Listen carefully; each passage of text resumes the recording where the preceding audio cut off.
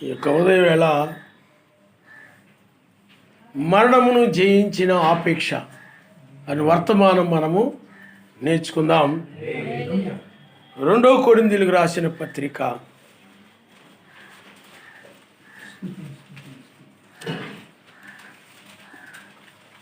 5వ అధ్యాయము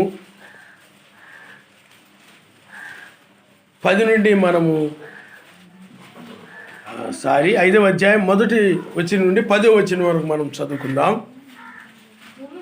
భూమి మీద మన గుడారమైన ఈ నివాసము శిథిలమైపోయినను చేతి పని కాక సర్వశక్తిమంతుని చేత కట్టబడింది నిత్యమైనదినైనా నివాసము పరలోకమందు మనకున్నదని ఎరుగుదము.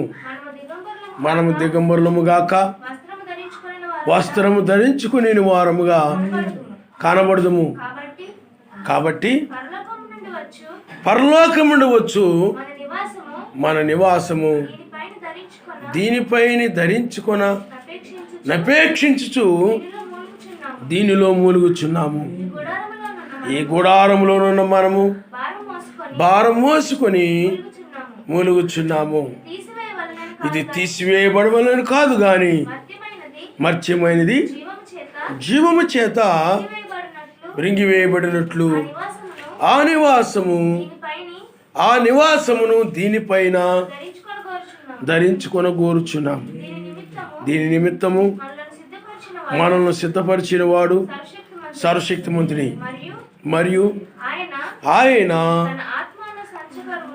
తన ఆత్మన సంచకరువును మనకు అనుగ్రహించుచున్నారు. వెలిచూపు వలన గాక విశ్వాసం వలనే నడుచుకొనుచున్నాము.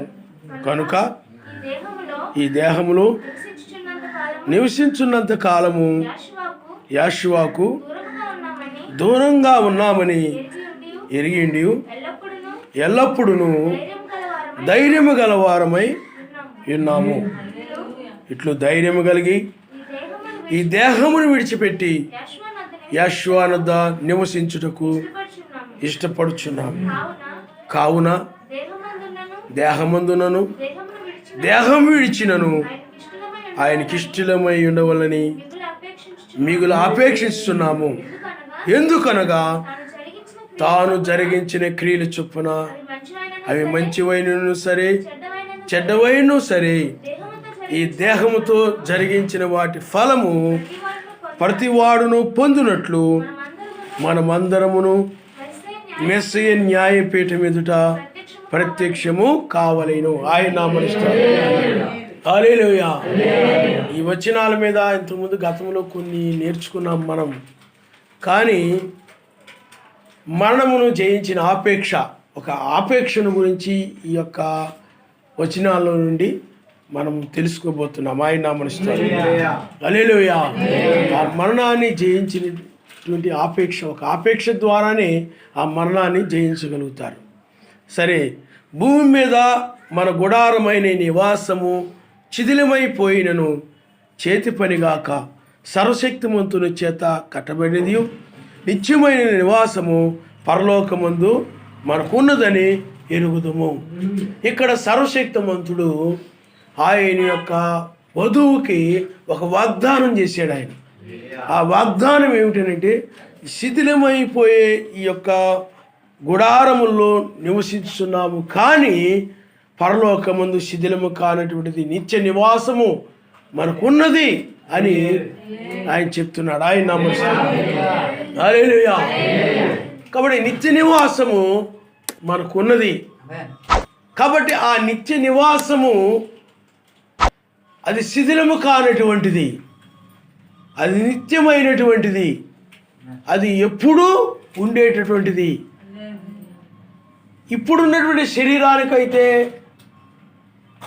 శిథిలమైపోతూ ఉంటుంది. ఇది ఒక వయసును బట్టి కావచ్చు, వ్యాధులను బట్టి కావచ్చు, బలహీనతలను బట్టి కావచ్చు, ఏదో విధంగా ఈ శరీరం ఏమైపోతుందంటే కొన్ని రోజులకి శిథిలమైపోయి అది మరణిస్తుంది ఈ శరీరం. కానీ మనకు వాగ్దానం చేయబడినటువంటి ఆ శరీరము అది వ్యాధులు లేనిది, మరణించినది, అది శిథిలమై కావడం అనేది ఉండదు. కొన్ని నివాసాలు మనం చూస్తూ ఉంటాం, ఒకప్పుడు చాలా బాగా ఉంటాయి, ఆ తర్వాత గోడలు కూలిపోయి ఆ యొక్క పైన ఉన్నటువంటి ఆ దూలాలన్నీ కింద పడిపోయి, కిటికీలన్నీ కూడా ఊడిపోయి, ఆ తలుపులు ఊడిపోయి శిథిలమైపోయి ఉంటుంది అన్నమాట. శిథిలమైపు ఒకప్పుడు ఈ ఇల్లు ఎంతో బాగుండేది, ఇప్పుడు అంతా శిథిలమైపోయింది అంటారు. అలాగా శిథిలమైపోయేటువంటి ఈ శరీరం అనే నివాసములో మనము ఆ శరీరం అనే నివాసములో మనం ఉంటున్నాం. కానీ ఈ శరీరము కంటే కూడా గొప్ప శరీరము మనకి వాగ్దానం చేయబడింది. ఆయన నామమున హల్లెలూయా. అందుకని ఆ శరీరము శిథిలము కానిది, మరణము లేనిది ఈ శరీరం అయితే శిథిలమైపోయేది. ఎవరు కూడా ఎంత కోటీశ్వరుడైనా, ఎంత జ్ఞానం కలిగిన వాడైనా, ఎంత పండితుడైనా, ఎంత గొప్పవాడైనా, ప్రపంచ విజేత అయినప్పటికీ కూడా అలాంటి వాడి యొక్క శరీరము మరణించక తప్పదు. మరణాన్ని ఎవరు కూడా తప్పించుకోలేరు. ఏదైనా తప్పించుకోవచ్చు, కానీ అది కొంచెం ఆలస్యమైనా కానీ మరణాన్ని ఎవరు కూడా తప్పించుకోలేరు. ఈ శరీరం అలాంటిది. కానీ ఆ పైన ఉన్నటువంటి శరీరము అది మరణము లేనటువంటి శరీరము, ఆ మరణము లేని శరీరము. అందుకని ఇక్కడ మనము దిగంబరులము కాక వస్త్రము ధరించుకొని వారుగా కనబడదు కాబట్టి పరలోకము నుండి వచ్చు మన నివాసము దీనిపైన ధరించుకుని అపేక్షించు దీనిలో మూలుగుచున్నాము. ఆయన నామముస్తాడు. హల్లెలూయా, హల్లెలూయా. ఇక్కడ చూడండి, వస్త్రము ధరించుకొని వారుగా కనబడదుము కాబట్టి పరలోకము నుండి వచ్చు మన నివాసము దీనిపైన ధరించుకుని అపేక్షించు దీనిలో మూలుగుచున్నాము. దీనిలో మూలుగుచున్నాము. దేనికోసం మూలుగుతున్నామనంటే ఆ నివాసమును ధరించుకోవాలని, పరలోకమును వచ్చు మన నివాసము దీనిపైన ధరించుకోవాలని ఆపేక్షించుచు మూలుగుతున్నాం. ఆపేక్ష, వధువు యొక్క ఆపేక్ష ఏమిటి అని అంటే ఆ పరలోకం నుండి వచ్చే ఆ నివాసాన్ని ధరించుకోవాలి, ఆ నివాసములోనికి వెళ్ళాలి, ఆ నివాసాన్ని ధరించుకోవాలనే ఆపేక్ష తప్ప మరి ఏ ఆపేక్ష లేనటువంటిది ఆయన యొక్క వధువు. అది మరణమును జయించుడు ద్వారానే ఆ యొక్క నిత్య నివాసాన్ని ధరించుకోగలరు తప్ప ఆ మరణాన్ని జయించకపోతే నిత్య నివాసాన్ని ఎవరు కూడా ధరించుకొనలేరు. మరణాన్ని జయిస్తేనే నిత్యం బ్రతుకుతాడు ఎవరైనా. ఆ మరణాన్ని జయించేవారు ఎవరు కూడా భూమి మీద లేరు. ఎవరైనా నేను ఫలానా వాళ్ళు మరణాన్ని జయించారని చెప్పలేరు. కానీ ఒకే ఒక్కరు ఉన్నారు, ఆయనే మెస్సయ్య, ఆయనే మరణమును జయించి తిరిగి లేచేవాడు. ఆయన చంపినా మరణ తిరిగి ఆయన లేచాడు ఆయన. కాబట్టి మరణమును జయించవలననే ఒక ఆపేక్ష కలిగి ఉండేది ఆయన యొక్క వధువు మాత్రమే. నిన్ను ఆయన ఎందుకు ఎన్నుకున్నాడు అని అంటే, ఎందుకు ఆయన పిలిచాడు అని అంటే, లోకంలో ఏదో సుఖభోగ భాగ్యాలను అనుభవించడానికి కాదు, కానీ మరణమును జయించు కొరకు, మరణం మీద యుద్ధము చేయుట కొరకై నిన్ను ఆయన పిలిచాడు. అందుకనే నువ్వు దాన్ని జయించుట కొరకు నువ్వు పిలువబడినప్పుడు నీవు దాన్ని జయించాలనే ఆపేక్ష కలిగి ఉంటావే తప్ప మరి ఏ ఆపేక్ష కూడా నీకు ఉండదు. దాన్ని జయించినప్పుడే ఈ యొక్క నిత్య నివాసంలోనికి ప్రవేశించగలదు. ఇది నిత్యమైన నివాసంగా మారిపోద్ది. ఎందుకంటే ఈ శరీరము మరణకరమైనది, ఇది మరణించేది. అందుకనే ఇక్కడ ఏమి రాయబడిందంటే, ఈ గుడారంలో ఉన్న మనం భారం మోసుకొని మూలుగుచున్నాము, ఇది తీసివేయవలని కాదు కానీ మత్స్యమైనది జీవము చేత మృంగివేయబడినట్లు ఆ నివాసము దీనిపైన ధరించుకొని కోరుచున్నాము. కోరుకుంటా ఉంది ఆ శరీరమును దీనిపైన ధరించుకోవాలి, మరణము లేని దాన్ని ధరించుకోవాలి. కాబట్టి ఈ యొక్క వధువు ఆయన యొక్క వధువు మరణకరమైనటువంటి శిథిలమైపోయే శరీరములో ఉండి ఆమె మరణము లేనటువంటి దానిని ధరించుకోవాలని అట్టి ఆపేక్షతో ఆమె మూలుగుతా ఉంది. ఆపేక్షే. లోకంలో రకరకాల ఆపేక్షలు ఉంటాయి. కొంతమందికి అందముగా కనబడాలని ఆపేక్ష ఉంటుంది. ఆ ఆపేక్షను బట్టి వాళ్ళు ఏం చేస్తుంటారంటే అందంగా తయారైపోతూ ఉంటారు. కొంతమందికి ఏమో డబ్బు సంపాదించాలని ఆపేక్ష ఉంటుంది. కాబట్టి వాళ్ళు ఎప్పుడు కూడా డబ్బుని సంపాదించాలి అని డబ్బు గురించి ఆలోచించి ఆ డబ్బుని గురిగా పెట్టుకొని డబ్బుని ఆ ఆలోచనలో పెట్టుకొని వాళ్ళు ప్రయాసపడతా ఉంటారు, కష్టపడతా ఉంటారు. వాళ్ళ ఆపేక్ష ఆ విధంగా ఉంటుంది. అలాగే వ్యాపారస్తులు వాళ్ళకు వ్యాపారం బాగా విస్తరించాలి, బాగా ఉన్నత స్థితికి వెళ్ళాలి ఇంకా అని వాళ్ళు ఆ యొక్క వ్యాపారం యొక్క ఆపేక్షను వాళ్ళు కలిగి ఉంటారు. కొంతమంది అయినట్లయితే బాగా చదువుకొని మంచి ఉద్యోగాలు రావాలి, ఆ ఉద్యోగం ఇంకొక ఉద్యోగంలోకి వెళ్ళాలి. ఈ విధంగా వాళ్ళు ఆ రకమైన ఆపేక్షను కలిగి ఉంటారు. ఈ విధంగా లోకమంతా కూడా కోరికలతో కూడింది, ఆపేక్షలతో కూడింది. కాబట్టి ప్రపంచంలో మనుషులందరూ కూడా రకరకాల ఆపేక్షలు కలిగి ఉంటారు. ధనవంతులు అవ్వాలని ఆపేక్ష కలిగి ఉంటారు. ఆ విధంగా లేకపోతే కొంతమందికి లోక సంబంధించిన వస్తువుల మీద వ్యామోహం ఎక్కువ ఉంటుంది. ఆ ఆపేక్ష ఎక్కువగా కలిగి ఉంటుంటారు కొంతమంది. అలాగ రకరకాలుగా మనుషులు ఏ ఒక ఆపేక్షలు కలిగి కొనసాగుతూ ఉంటారు. వాళ్ళ ఆపేక్షలన్నీ కూడా అవి నశించేవే కానీ అవి అమర్త్యమైనవి కావు. అందువల్లే మనుషుల యొక్క ఆపేక్షలన్నీ కూడా అవి లోక సంబంధమైనటువంటివి, అవి పరలోక సంబంధమైనటువంటి కాదు. ఈ లోకంలో మనుషుల యొక్క ఆపేక్షలన్నీ కూడా ఇంకా మేము అవి కొనాలి, ఇవి కొనాలి, ఇంకా అవి సంపాదించుకోవాలి, ఇవి సంపాదించుకోవాలని లోక సంబంధమైన వాటిని చూసి వాళ్ళు ఆపేక్ష కలిగి ఉంటారు. లోక సంబంధమైన వాటిని చూసి వాటి పట్ల ఆపేక్ష కలిగి ఉంటారు. మనమైనట్లయితే అనగా ఆయన వధువైనట్లయితే ఈ లోక సంబంధమైన కన్నులు కనబడే వాటి మీద ఆమె ఆపేక్ష కలిగి ఉండదు కానీ, అంటే మర్త్యమైపోయేటువంటి వీటి మీద ఆమె ఆపేక్ష కలిగి ఉండదు కానీ ఆమె ఆపేక్ష ఆ నిత్య నివాసం మీద ఆయన మనస్తారు. హల్లెలూయా, హల్లెలూయా. ఈ లోకంలో మనుషుల యొక్క ఆపేక్షలు ఈ లోక సంబంధమైన నివాసాల మీద ఉండొచ్చు. వాళ్ళకి ఈ లోక సంబంధమైన శిథిలమైపోయే నివాసాల మీద ఉండొచ్చు. ఇదిగో ఈ యొక్క ఉన్నతమైన భవనంలో నేను ఉండాలి, గొప్ప దానిలో నివాసం చెయ్యాలి అని మనుషులు ఆ విధంగా గొప్పగా అందంగా లోకరీతిగా నిర్మించుకుంటూ వాటిలో నివసించాలని ఆపేక్ష కలిగి ఉండొచ్చు.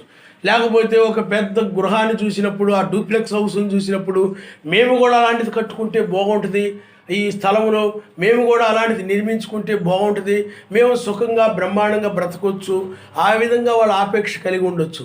కానీ అవన్నీ కూడా శిథిలమైపోయే ఆపేక్షలు, శిథిలమైపోయేవి.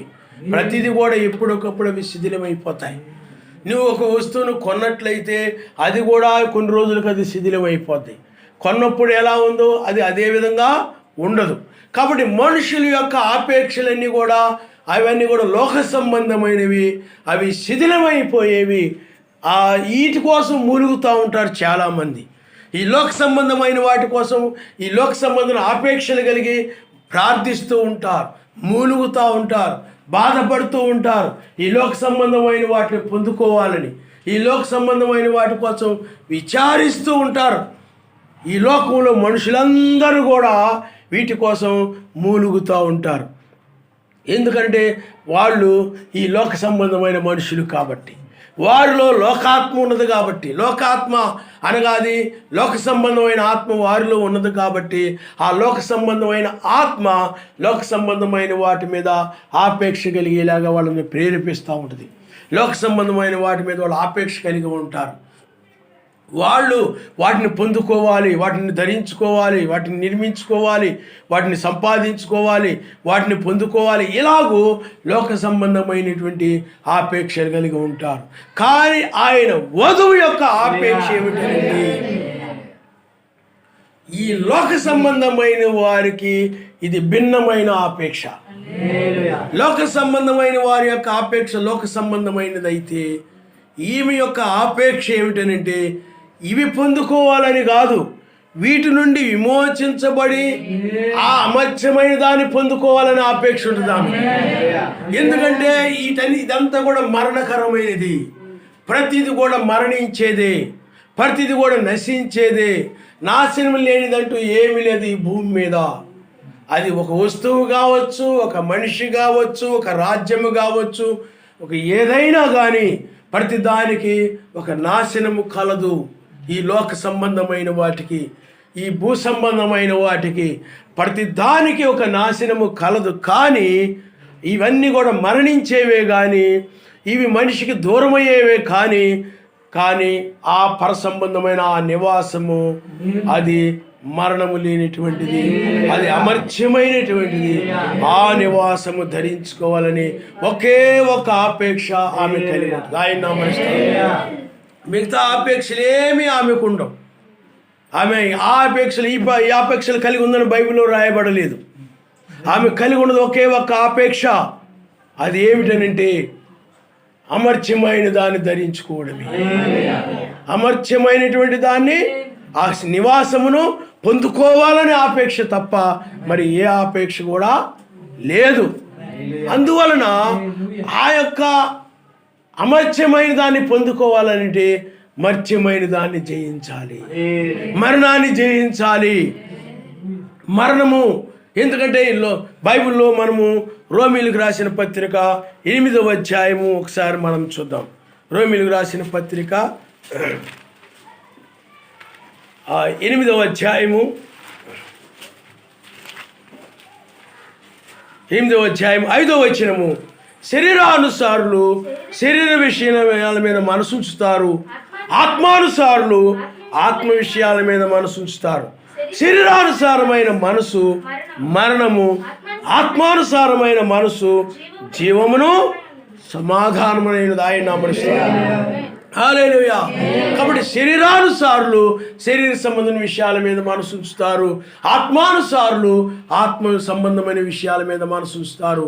శరీరానుసారమైన మనసు మరణము, ఆత్మానుసారమైన మనసు జీవమును సమాధానమునైనది. ఆయన హల్లెలూయా, హల్లెలూయా. కాబట్టి లోకములో మనుషులు వాళ్ళ యొక్క ఆత్మ లోక సంబంధమైన ఆత్మ కాబట్టి వాళ్ళు శరీరానుసారులు. లోక సంబంధమైన మనుషులు శరీర సంబంధంగా నడిచే వాళ్ళంటే శరీరాన్ని బట్టి నడుస్తారు, వాళ్ళు శరీర సంబంధులు. అందుకని శరీరానుసారులు శరీర సంబంధమైన విషయాల మీద మనసు ఉంచుతారు, అది మరణము. శరీర సంబంధమైన విషయాల మీద మనసు ఉంచుతారు, అది మరణము. కానీ ఆత్మానుసారులు అంటే పరిశుద్ధాత్మ కలిగిన వారు ఆత్మ సంబంధమైన విషయాల మీద మనసు ఉంచుతారు, అది జీవమును సమాధానమునైనది. కాబట్టి ఎవరైతే ఆత్మ సంబంధమైన విషయాల మీద మనసు ఉంచుతూ ఉంటారో వారు జీవము కలిగిన వారు. ఆ జీవము కలిగిన వారు ఆత్మ సంబంధమైన విషయాల మీద మనసు ఉంచుతూ ఉంటారు. అయితే వారిని ఈ శరీరము శరీర సంబంధమైంది కాబట్టి ఈ శరీరాన్ని బట్టి శరీర సంబంధమైన విషయాల మీద కూడా మనసు లాగుతూ ఉంటుంది. ఈ లోకం ఈ శరీర సంబంధమైన విషయాల మీదకి ఈ శరీరాన్ని బట్టి ఈ మనసు లాగుతూ ఉంటారు. కారణం ఏంటంటే ఈ శరీరంలో ఉన్నాం కాబట్టి. ఇప్పుడు అందుకనే శరీరము మరలా ఇటువైపు ఆత్మ, అందుకే ఇటు రెండిటికి మధ్య హృదయములో పోరాటం జరుగుతూ ఉంటుంది. అందుకని ఇజ్రాయేలు ఐగుప్తు నుండి బయటకు వచ్చారు. బయటకు వచ్చిన తరువాత వాళ్ళు ఆత్మ సంబంధమైన విషయాల మీద మనసు ఉంచారు. కానీ శరీర సంబంధమైన ఆత్మ మరణము వాళ్ళని వెంబడిస్తూనే వస్తూ ఉంది. అయితే వాళ్ళు ఏం చేస్తున్నారంటే మూలుగుతూ ఉన్నారు విమోచించమని. వాళ్ళ ఆపేక్ష ఏమిటంటే ఎర్ర సముద్రం అవతల ఒడ్డుకు చేరాలనే ఆపేక్ష, అంటే కానాను చేరాలనే ఆపేక్ష తప్ప వాళ్ళకి ఐగుప్తులో ఉండాలని ఆపేక్షన వాళ్ళకి లేదు. అయినప్పటికీ అది వాళ్ళని వెంబడిస్తూ ఉంది. అంటే పరిపూర్ణంగా వాళ్ళు విమోచించబడలేదు. ఎందుకంటే ఒక విమోచన దినం ఉంది బైబిల్లో. కాబట్టి నీవు కూడా ఆయన నామములో బాప్తిజం పొందావు, లేకపోతే ఆయన యొక్క బిడ్డవై ఉన్నావు, నీవు ఆ యొక్క ఆత్మ సంబంధమైన విషయాల మీద మనసు ఉంచుతున్నావు. అయినప్పటికీ కూడా ఈ యొక్క అసూయో ద్వేషమో లేకపోతే ఈ లోక సంబంధమైన విషయాలు, ఈ యొక్క ఆ ధనాపేక్ష, ఐక్య విచారణ, ఇవన్నీ కూడా నిన్ను వెంబడిస్తూ ఉన్నాయి. ఆ వెంబడిస్తూ ఉన్నప్పుడు నువ్వు వాటి నుండి విమోచించమని, అవి మరణమై ఉన్నాయి కాబట్టి, అవి నశించేవి కాబట్టి, అవి ఆ యొక్క మర్త్యమైనవి కాబట్టి వాటి నుండి విమోచించమని నీవు మూలుగుతూ ఉన్నావు. వాటిలో ఉండడం నీకు ఇష్టం లేదు. అసూయపరుడుగా జీవించడం నీకు ఇష్టం లేదు. ద్వేషించే వ్యక్తిగా జీవించడం నీకు ఇష్టం లేదు. ఐక్య విచారములు కలిగి జీవించే వ్యక్తిగా నీకు ఉండడం నీకు ఇష్టం లేదు. ధనాపేక్ష కలిగి ఆ విధంగా జీవించడం నీకు ఇష్టం లేదు. క్రోధము, కక్ష కలిగిన వ్యక్తిగా జీవించడం నీకు ఇష్టము లేదు. లేకపోతే ఒక విచారమైన మనసు కలిగిన వ్యక్తిగా జీవించడం నీకు ఇష్టం లేదు. వాటి నుండి నువ్వేం చేస్తున్నావనంటే మూలుగుతూ ఉన్నావు. లోపల జీవం ఉంది. ఆ జీవం ఉన్న దాన్ని బట్టే మూలుగుతూ ఉంటారు. వాటి నుండి బయటికి రావాలి. ఆయన నామనిస్తారు. ఆ జీవం లేనప్పుడు వాటిలోనే కొనసాగుతూ ఉంటారు తప్ప వాటి నుండి బయటికి రావాలనే ఒక ఆపేక్ష వాళ్ళకి ఉండదు. కాబట్టి ఇవన్నీ కూడా లోక సంబంధమైనవి అన్నీ కూడా ఇవి శిథిలమైపోయేవని, శాశ్వతమైనది ఒకటి ఉన్నదని, అది ఆమె అనగా వధువు మాత్రమే ఎరిగి ఉంటుంది. కాబట్టి ఆమె మాత్రమే ఈ శిథిలమైపోయే దానిలో నివసించడానికి ఆమె ఇష్టపడక శిథిలము కానటువంటి దానిలోనికి రావాలని ఆపేక్ష కలిగి ఉంటుంది. అదే లోకమైనట్లయితే ఇది శిథిలమైపోయేదని ఎరిగి ఉన్నప్పటికీ వారికి నిత్యమైనది ఒకటి ఉన్నదని వాళ్ళకి తెలియదు. కాబట్టి వారు ఈ శిథిలమైన దాని మీదే ఆపేక్ష కలిగి ఈ శిథిలమైన వాటిని ఆశించుతూ వాళ్ళు కొనసాగుతూ ఉంటారు. ఆయన నామనిస్తారు. హల్లెలూయా, హల్లెలూయా. కాబట్టి ఒక ఆపేక్ష. ఇప్పుడు బైబిల్లో మనము దావీదు ఉన్నాడు. దావీదు ఆ సౌలు రాజుకి ఆ కుమార్తెను చేసుకోవాలని ఒక ఆపేక్ష కలిగి ఉన్నాడు. ఆ ఆపేక్ష వలన అతడు యుద్ధములో వెళ్ళి ఆ శత్రువుల్ని జయించాడు. ఆయన నామనిస్తాడు. హల్లెలూయా. నీవు కూడా మరణాన్ని జయించాలని, నీవు అమర్త్యమైన దాన్ని పొందుకోవాలని ఆపేక్ష కలిగి ఉన్నప్పుడు మరణాన్ని జయించడం అనేది జరుగుతుంది. అనగా మర్త్యమైన దాన్ని విడిచిపెట్టడం అనేది జరుగుతుంది. ఇది ధరించుకోవాలని ఆపేక్ష ఉన్నప్పుడే, ఇది ధరించుకోవాలని అనగా అమర్త్యమైన ధరించుకోవాలనే ఆపేక్ష నీకు లేనప్పుడు మరణ సంబంధమైన దాన్ని నీవు విడిచిపెట్టవు. చాలామంది ఎందుకు వాళ్ళు ఈ లోకాన్ని విడిచిపెట్టలేకపోతున్నారు, లోక సంబంధమైన వాటిని వాళ్ళు విడిచిపెట్టలేకపోతున్నారు, లోక ఆపేక్షలు ఎందుకు వాళ్ళు విడిచిపెట్టలేకపోతున్నారు అనంటే వీళ్ళకి అమర్త్యమైన దాని మీద ఆపేక్ష లేదు. ఆ ఆపేక్ష తప్ప నీకు ఏ ఆపేక్ష కూడా ఉండకూడదు. ఈ లోకాపేక్షలు ఏమైనా నీవు కలిగి ఉన్నట్లయితే లోకముతో పాటు నీవు కూడా గుర్తులో పడిపోతావు. కాబట్టి నీవు అదే మరణము, ఆ లోకాపేక్షలే వధువుని వెంబడిస్తూ వస్తూ ఉన్నాయి. లోక కోరికలే, అవి కొనాలి, ఇవి చేయాలి, ఈ లోక ఆశలే నీవు ఆయన వధువును వెంబడిస్తూ వస్తూ ఉన్నాయి. ఇశ్రాయేలు వెంబడించినట్లుగానే నిన్ను కూడా మరణము, ఈ ఆపేక్షలనేవి మరణము, లోక సంబంధం ఆపేక్షలు అనేవి మరణము. బైబిల్లో ఆ ఆపేక్షలు కలిగి ఉండకూడదని బైబిల్ చెప్తా ఉంది. వధువు ఆ అమర్త్యమైన దాన్ని ధరించుకోవాలని ఆపేక్ష తప్ప మరి లోక సంబంధమైన వాటి మీద ఆపేక్ష కలిగి ఉండదు. కాబట్టి ఈ యొక్క మరణించేటువంటివి ఈ లోకాపేక్షలు, లోక కోరికలు, ఇవి వధువును వెంబడిస్తూ వస్తూ ఉన్నాయి. అందుకని ఈ ఆపేక్షలన్నిటి నుండి కూడా, ఈ లోక ఆపేక్షలన్నిటి నుండి కూడా, ఆశలన్నిటి నుండి కూడా, కనబడిన వాటిన్నింటిని కూడా ఆశించేటువంటి వాటన్నిటి నుండి కూడా విమోచించమని ఆమె మూలుగుతూ ఉంది. అందుకని ఈ లోక ఆపేక్షలే, అందుకే శరీరేచ్ఛలు నెరవేర్చుకున్నట్టు శరీర విషయమై ఆలోచన చేసుకుని కూడా బైబిల్ చెప్తా ఉంది. ఆయన మనసు స్తోత్రం కలుగునుగా. హల్లెలూయా. శరీరేచ్ఛలు నెరవేర్చుకుని నిమిత్తం, శరీరేచ్ఛలు నెరవేర్చుకోవడానికి శరీర విషయమై ఆలోచన చేసుకోవద్దు. శరీర విషయమే మీరు ఆలోచన చేసుకోవద్దు. ఎందుకంటే అది శిథిలమైపోయే శరీరము, అది మరణించే శరీరము. కాబట్టి శరీరేచ్ఛలు నెరవేర్చుకునే నిమిత్తమై, అందుకనే శరీరాన్ని గురించి ఎవరైతే ఆలోచిస్తూ ఉంటారో వాళ్ళు శరీరేచ్ఛలని నెరవేర్చుకుంటూ ఉంటారు వాళ్ళు.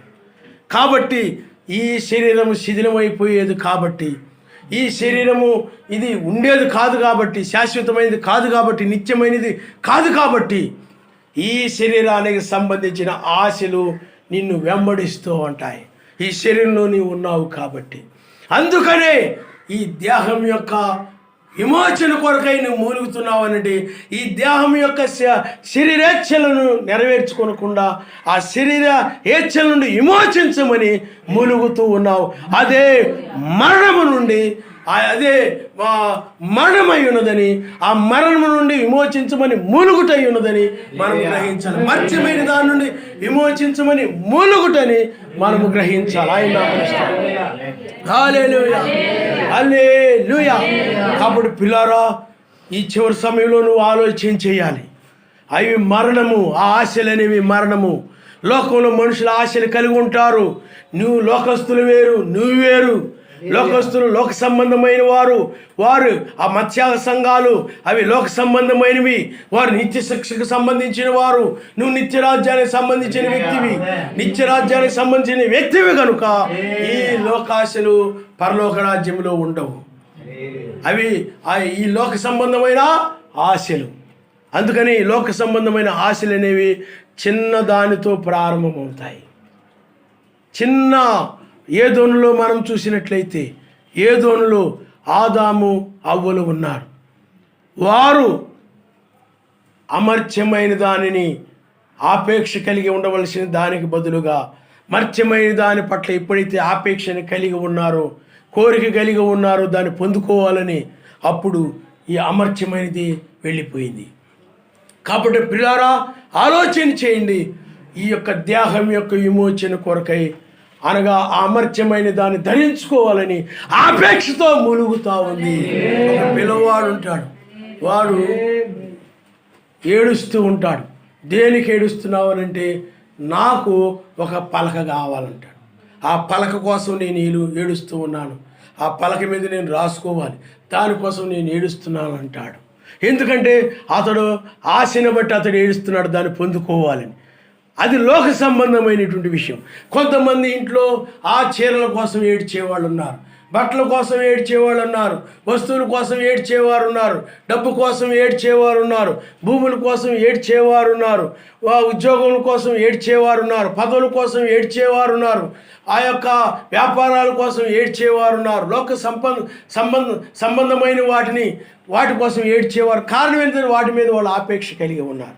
కానీ నీవు వాటి కోసం నువ్వు ఏడవు. ఆయన వధువు వాటి కోసం ఏడవదు, వాటి కోసం కన్నీరు గార్చదు. ఆ యొక్క మృతుల కోసమో, లోకంలో పాపుల కోసమో, వాళ్ళ కోసమో ఆమె కన్నీరు కార్చదు. కానీ ఆయన వధువు ఆ యొక్క అమర్త్యమైన దాన్ని ధరించుకోవాలని మాత్రమే ఆమె మూలుగుతూ ఉంటుంది, ఏడుస్తూ ఉంటుంది. ఆయన నామనిస్తాడు. హల్లెలూయా, హల్లెలూయా. కాబట్టి ప్రియులారా, ఆ అమర్త్యమైనది ఆమెకు వాగ్దానం చేయబడింది. మర్త్యమైనది జీవము చేత మృంగివేయబడవలని మూలుగుతా ఉన్నది.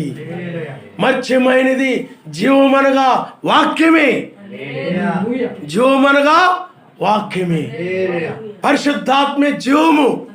ఏ వ్యక్తిలోనైనా పరిశుద్ధాత్మ లేకపోతే అతడు జీవము కలిగిన వ్యక్తి కాడు, మరణించిన వ్యక్తి. జీవము కలిగిన వ్యక్తి అనగా పరిశుద్ధాత్మ కలిగిన వ్యక్తి. పరిశుద్ధాత్మే జీవము, పరిశుద్ధాత్మ జీవము, వాక్యమే జీవమైనది. అందుకని నా మాటలు ఆత్మయు జీవమైనవని బైబిల్ చెప్తా ఉన్నది. కాబట్టి ఆ జీవము ఆమెలో ఉండి ఈ మర్త్యమైన దాని నుండి విమోచించమని మూలుగుతా ఉన్నది ఆయన నామమున. అయితే బైబిల్లో ఆమె విమోచన కొరకు ఒక దినము వాగ్దానం చేయబడింది. అదే విమోచన దినము. ఆయన నామమున. అంతవరకు ఆ విమోచన దినం వరకు మృతులు కానీ, సజీవులు కానీ, ప్రకృతి కానీ అందరూ కూడా మూలుగుతూనే ఉంటారు. ఆ మూలుగు లేకుండా ఆ మూలుగును విమోచించబడి సంతోషించే దినం ఒకటి ఉంది, అదే విమోచన దినము. ఆ విమోచన దినము ఆ యొక్క లేఖనములో వాగ్దానం చేయబడి ఉన్నది కాబట్టి ఆ వాగ్దానమును బట్టి ఆమె దానికోసమై మూలుగుతా ఉంది. ఆయన నామస్తు. హల్లెలూయా, హల్లెలూయా. కాబట్టి నీవు ఈ చివరి కాలంలో, ఈ చివరి సమయంలో ఎక్కడా కూడా నీవు అలాగ ఆపేక్ష కలిగిన వారిని నువ్వు కనుగొనలేవు. అటు లోకాపేక్షలు కలిగి ఉంటున్నారు, ఇటు భక్తి ఆపేక్షలు కలిగి ఉంటున్నారు. అటు లోకాపేక్షలు కలిగి ఉంటున్నారు, ఇటు భక్తి ఆపేక్ష కూడా కలిగి ఉంటున్నారు. అయితే రెండిని కలిగి ఉండేది ఆయన వధువు కాదు. ఆయన వధువు పరలోక సంబంధమైన ఆపేక్ష కలిగి ఉండి ఈ లోక సంబంధమైన ఆపేక్షల నుండి విమోచించమని మూలిగేది ఆయన వధువు. ఆయన రెండింటినీ కలిగి ఉండదు. ఒకటి లోక సంబంధమైన వాటిని విడిచిపెట్టాలని ఆపేక్ష ఆమె కలిగి ఉంటుంది. ఆయన నామస్తు. హల్లెలూయా. అందుకనే ఆమె ఆపేక్ష అమర్త్యమైన దానికి సంబంధించినది, అది పరసంబంధమైనదే తప్ప భూ సంబంధమైనది కాదు. అందుకని ఒక విమోచన దినములో ఆమె ఆపేక్షను ఆయన నెరవేరుస్తానని ఆయన వాగ్దానం చేశారు. ఆయన హల్లెలూయా. ఈ లోకంలో మనుషుల ఆపేక్షలు లోకంలో తీరిపోవచ్చు. వారికి లోకంలో ఏవైతే నేను మంచి ఒక వస్తువు కొనాలని ఆపేక్ష ఉంది, నా కోరికగా ఉంది ఎప్పటి నుంచో, వాళ్ళ ఆ లోకంలో వాళ్ళ ఆపేక్షలు తీరిపోవచ్చు. కానీ వధువు యొక్క ఆపేక్ష తీరుటకు ఒక దినము వాగ్దానం చేయబడింది. లోకాపేక్షల కొరకు ఈ దినాలు ఉన్నాయి, ఈ లోక సంబంధమైన దినాలు ఉన్నాయి. కానీ ఆయన వధువుకి వాగ్దానం చేయబడిన దినమున్నది, అదే విమోచన దినము. ఆ విమోచన దినములో ఆమె విమోచించబడుతుందని లేఖనాలు సెలవిస్తూ ఉన్నాయి. ఆయన నామమునిస్తారు. హల్లెలూయా. కాబట్టి అదే తీర్పు దినము, అదే విమోచన దినము. అందుకనే బైబిల్ ఏం చెప్తుందనంటే, చూడండి 10వ వచనములో, ఎందుకనగా తాను జరిగించిన క్రియల చొప్పున అవి మంచివైను సరే చెడ్డవైను సరే దేహంతో జరిగించిన వాటి ఫలం ప్రతివాడు పొందినట్లు మనమందరమును మెస్సయ్య న్యాయపీఠం ఎదుట ప్రత్యక్షము కావాలని ఆ 2 కొరింథీయులకు రాసిన పత్రిక 5వ అధ్యాయము అక్కడ 10వ వచనంలో మనం చూడగలుగుతుంటాం. ఆయన నామమునిస్తారు. హల్లెలూయా. కాబట్టి ఎప్పుడు ఆమె యొక్క ఆపేక్ష నెరవేరుతుంది. అందరూ ఆపేక్షలు వేరు, ఈమె ఆపేక్ష వేరు. మత్స్యాగ సంఘాల వేశ్యల యొక్క ఆపేక్షలు వేరు, ఆయన వధువు యొక్క ఆపేక్ష వేరు. ఆ వధువు యొక్క ఆపేక్ష పరసంబంధమైనది. ఈ మత్స్యాగ సంఘాల యొక్క ఆపేక్షలన్నీ కూడా లోక సంబంధమైనవి. అందుకనే వాళ్ళు ఎందుకు ఆ మందిరాలకు వెళ్తారు, ఎందుకు ఆ చర్చిలకు వెళ్తారు అని అంటే, లోక సంబంధమైన ఆపేక్షలు కలిగి ఆ లోక సంబంధమైన ఆపేక్షల ద్వారా కలిగి ఉండి వాటిని పొందుకోవాలని వాటి కోసమై వాళ్ళు ఆ చర్చిలకు వెళ్ళిపోతూ ఉంటారు. అవన్నీ కూడా నశించే ఆపేక్షలు. కానీ వధువు యొక్క ఆపేక్ష అది అమర్త్యమైనటువంటి దానిని గురించినటువంటి ఆపేక్ష. దీని గురించి ఆమె మొర పెడతా ఉంది, మూలుగుతా ఉంది. అయితే అది తీర్పు దినములో ఆమె ఆపేక్ష నెరవేర్చబడుతుందని. అందుకనే న్యాయపీఠం ఎదుట అంటే న్యాయాధిపతిగా ఆయన వచ్చినప్పుడు, అందుకనే ప్రకటన గ్రంథంలో అక్కడ 3 అధ్యాయాల్లో 7 సంఘకాలాలు ఉన్నాయి. ప్రకటన గ్రంథము 4వ అధ్యాయానికి వచ్చేటప్పటికి ఆయన తీర్పు సింహాసనం మీద ఉండి ఆయన ఎక్కిరమ్ము ఆయన పిలుస్తూ ఉన్నాడు. ఆయన మనిషి హల్లెలూయా. ఆయన ఎక్కిరమ్మని పిలిచినప్పుడు చూడండి, అది ఎవరికి అని అంటే ఆయన వధువుకు మాత్రమే, ఆయన వధువును మాత్రమే ఎక్కిరమ్మని పిలుస్తూ ఉన్నాడు. కాబట్టి 7 సంఘకాలాలు అనగా 7 దినాలు. అందుకనే ప్రకటన గ్రంథము ఆ 3 అధ్యాయాలు 7 సంఘకాలాలు అనగా 7 దినాలు. ప్రకటన గ్రంథం 4వ అధ్యాయంలో అక్కడ 8వ దినము కనబడతా ఉంది. అక్కడ న్యాయాధిపతిగా ఆయన ఉన్నాడు, న్యాయపీఠం మీద ఆయన కూర్చుని ఉన్నాడు. కాబట్టి అదే మనం 7 సంఘకాలాల తర్వాత 8వ దినం అనగా 7 సంఘకాలాలు 7 నక్షత్రాలు.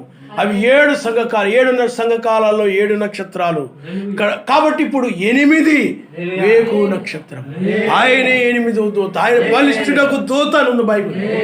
ప్రకటన గ్రంథం 10వ అధ్యాయంలో బలిష్ఠుడకు దూత. కాబట్టి 7 తర్వాత 8. బైబిల్లో ఎక్కడ లేదే.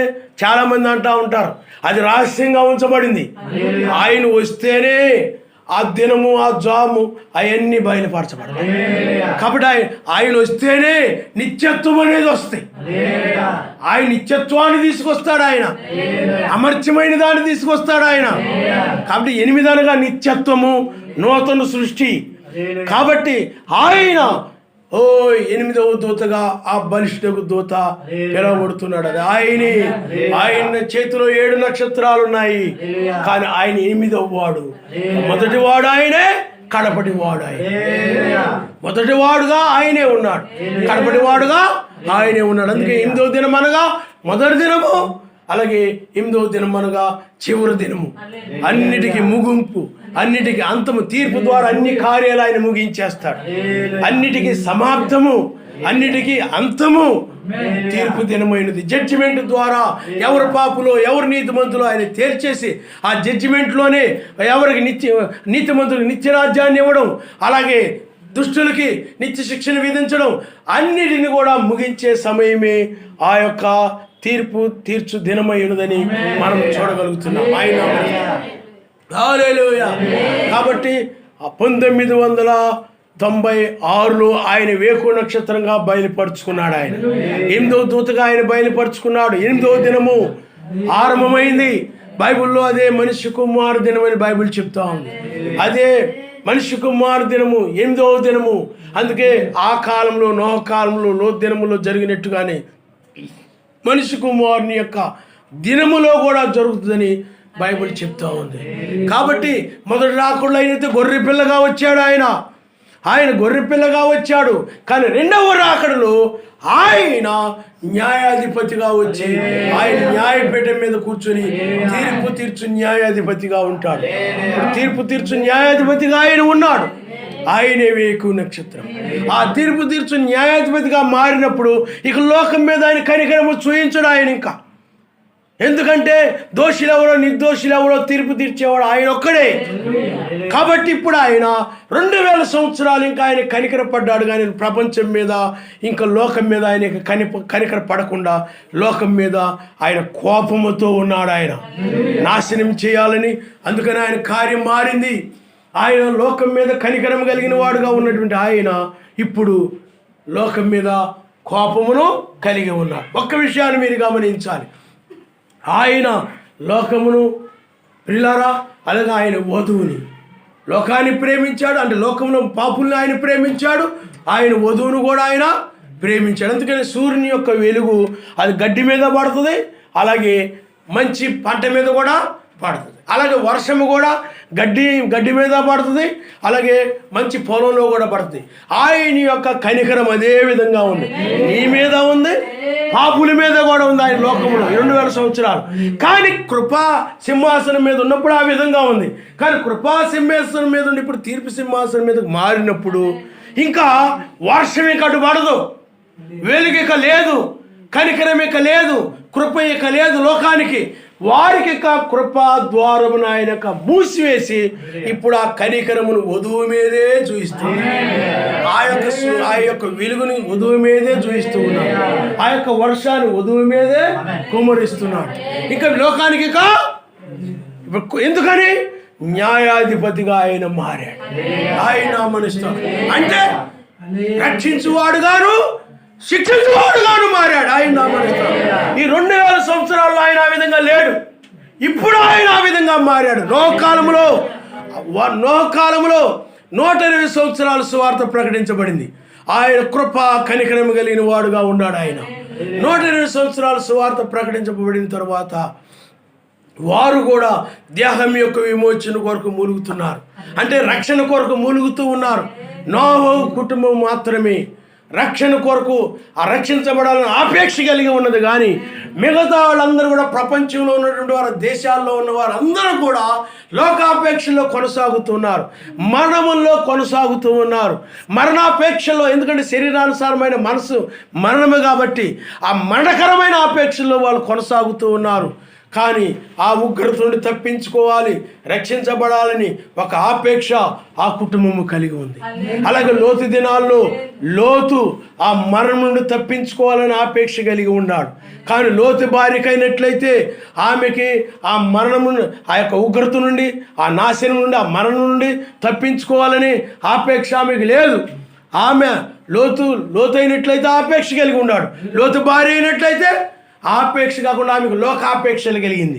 లోకస్తుల వలె ఉండాలని, లోకస్తుల వలె నడవాలని, లోకస్తుల వలె తిరగాలని, లోకస్తుల వలె సంపాదించుకోవాలని, లోకస్తుల వలె పేరు కలిగి ఉండాలని, ఈ విధమైన ఆపేక్షలు కలిగి ఉంది ఆమె. అందువల్లే ఆమె ఆ రక్షించబడాలని ఆపేక్ష ఆమెకి లేదు. అందుకనే ఆమె రక్షించబడాలని ఆపేక్ష కలిగి ఉన్నట్లయితే ఆమె వెనుక్కు తిరగదు. మీకు అర్థమవుతుందండి? వెనక్కి తిరగదు. కాబట్టి ప్రియులారా, సర్వశక్తిమంతుడు ఆయన ఇప్పుడు తీర్పు సింహాసనం మీద ఉన్నాడు. కనికరము లోకానికి పోయింది. ఇంకెవరైనా ఉంటే ఆయన దయా సంకల్పంలో ఆ విధంగా నడిపించాల్సిందే తప్ప లోకం నీకు ప్రకటించే సమయమిక లేదు. మెసేజ్ సువార్త ప్రకటించిన తర్వాత ఆ యొక్క శిలువ మీద దొంగకి కనికరము కలిగింది. ఈనాడు కూడా అంతే తప్ప ఇంక ఆయన ఏదో సువార్త ప్రకటించిన ద్వారా ఆ శిలువ మీద దొంగ రాలేదు. అందుకని నా తండ్రి ఆకర్షిస్తేనే కానీ ఎవరు కూడా నా యొద్దకి రాలేరు. అప్పుడు ఆ శిలువ మీద దొంగకి మెస్సయ్య ఆకర్షించాడు ఆ శిలువ మీద దొంగని. అందువలన అతడు పశ్చాత్తాపడ్డాడు. కాబట్టి పిల్లారా, ఇప్పుడు మనము ఆయన కృపా సింహాసనం మీద లేడు, కానీ తీర్పు సింహాసనం మీద ఆయన ఉండి లోకము పట్ల ఆయన కఠినముగా ఉన్నాడని, నీ పట్ల ఆయన కనికరము కలిగి ఉన్నాడని గ్రహిస్తున్నాం. ఆయన నామమున లోకం పట్ల ఆయన కోపముతో ఉన్నాడు, మారు మనసు పొందిన దాన్ని బట్టి. అందుకనే సర్వశక్తిమంతుని ఇంటి యొద్ద తీర్పు ఆరంభమైతే అవిధేయులైన వారి గతి ఏమగుననుంది. వారికి ఉగ్రత తప్ప, వారికి సర్వశక్తిమంతుడు వారి మీద కోపం కలిగి ఉండడం తప్ప మరి ఏమి వారికి లేదు. కాబట్టి ఇప్పుడు ఆయన తన వధువు పట్ల కనికరం కలిగి ఉన్నాడు. అంటే ఎందుకు ఆయన కనికరం కలిగి ఉన్నాడంటే ఈ ఆపేక్ష ఆయన ఆమె మునుగుతా ఉంది, దేహం నుండి విమోచించబడాలని, అమర్చమైన దాన్ని ధరించుకోవాలని ఆపేక్షతో ఉంది. కాబట్టి ఆ ఆపేక్షను నెరవేర్చుట కొరకై ఆయన కృపా సింహాసనం మీద ఉండి తీర్పు సింహాసనం మీదకి ఆయన మారాడు. అందుకనే తీర్పు సింహాసనం మీదకి మారి బోరధ్వనితో ఎక్కిరామని పిలుస్తూ ఉన్నాడు. అందుకని కొందరు రాసిన పత్రికలో ఏమి రాయబడిందంటే, కడబోరం రోగగానే మనము మార్పు పొందుదాము, మర్త్యమైన దాన్ని విడిచి అమర్చితను ధరించుకుంటాము, అలాగ ధరించుకుని పైకెక్కి వెళ్తామని మనం గ్రహించగలుగుతున్నాం. కాబట్టి ఇప్పుడు కడబోరం రోగుతూ ఉంది. కడబోరం అనగా చివరిది. అలాగే 7వ సంఘకాలములకు చివరి బోర ఏమిటంటే 7వ దూత వర్తమానం. వధువుకి చివరి బోర ఏమిటంటే ఎక్కి రమ్మనే బోర వధువుకి చివరి బోర. అలాగే ఇజ్రాయెల్కి చివరి బోర 7వ బోర. కాబట్టి ఇప్పుడు 7వ దూత పలుకు దినముల్లో ఆ బోరం రోగినప్పుడు, ఆ బోర ఓదబడినప్పుడు మర్మములన్నీ కూడా బయలుపరచబడ్డాయి. ఇప్పుడు ఈ బోరం రోగుతూ ఉన్నప్పుడు అప్పుడు ఆయన కృపా సింహాసనం మీదే ఉన్నాడు. ఇప్పుడు తీర్పు సింహాసనం మీదకు మారి ఈ బోరతోని వినబడుతూ ఉన్నప్పుడు మర్త్యమైన శరీరము అమర్త్యతను ధరించుకుని ఆయన హల్లెలూయా. అంటే ఈ యొక్క ఆపేక్ష కలిగిన వారు ఎక్కరమ్మనే స్వరమును బట్టి మరణమును జయించి అమర్త్యతను ధరించుకుంటున్నారు. ఆయన మరణం అంటే లోకాపేక్షలు జయించి, లోకాశలు జయించడమే మరణాన్ని జయించడము.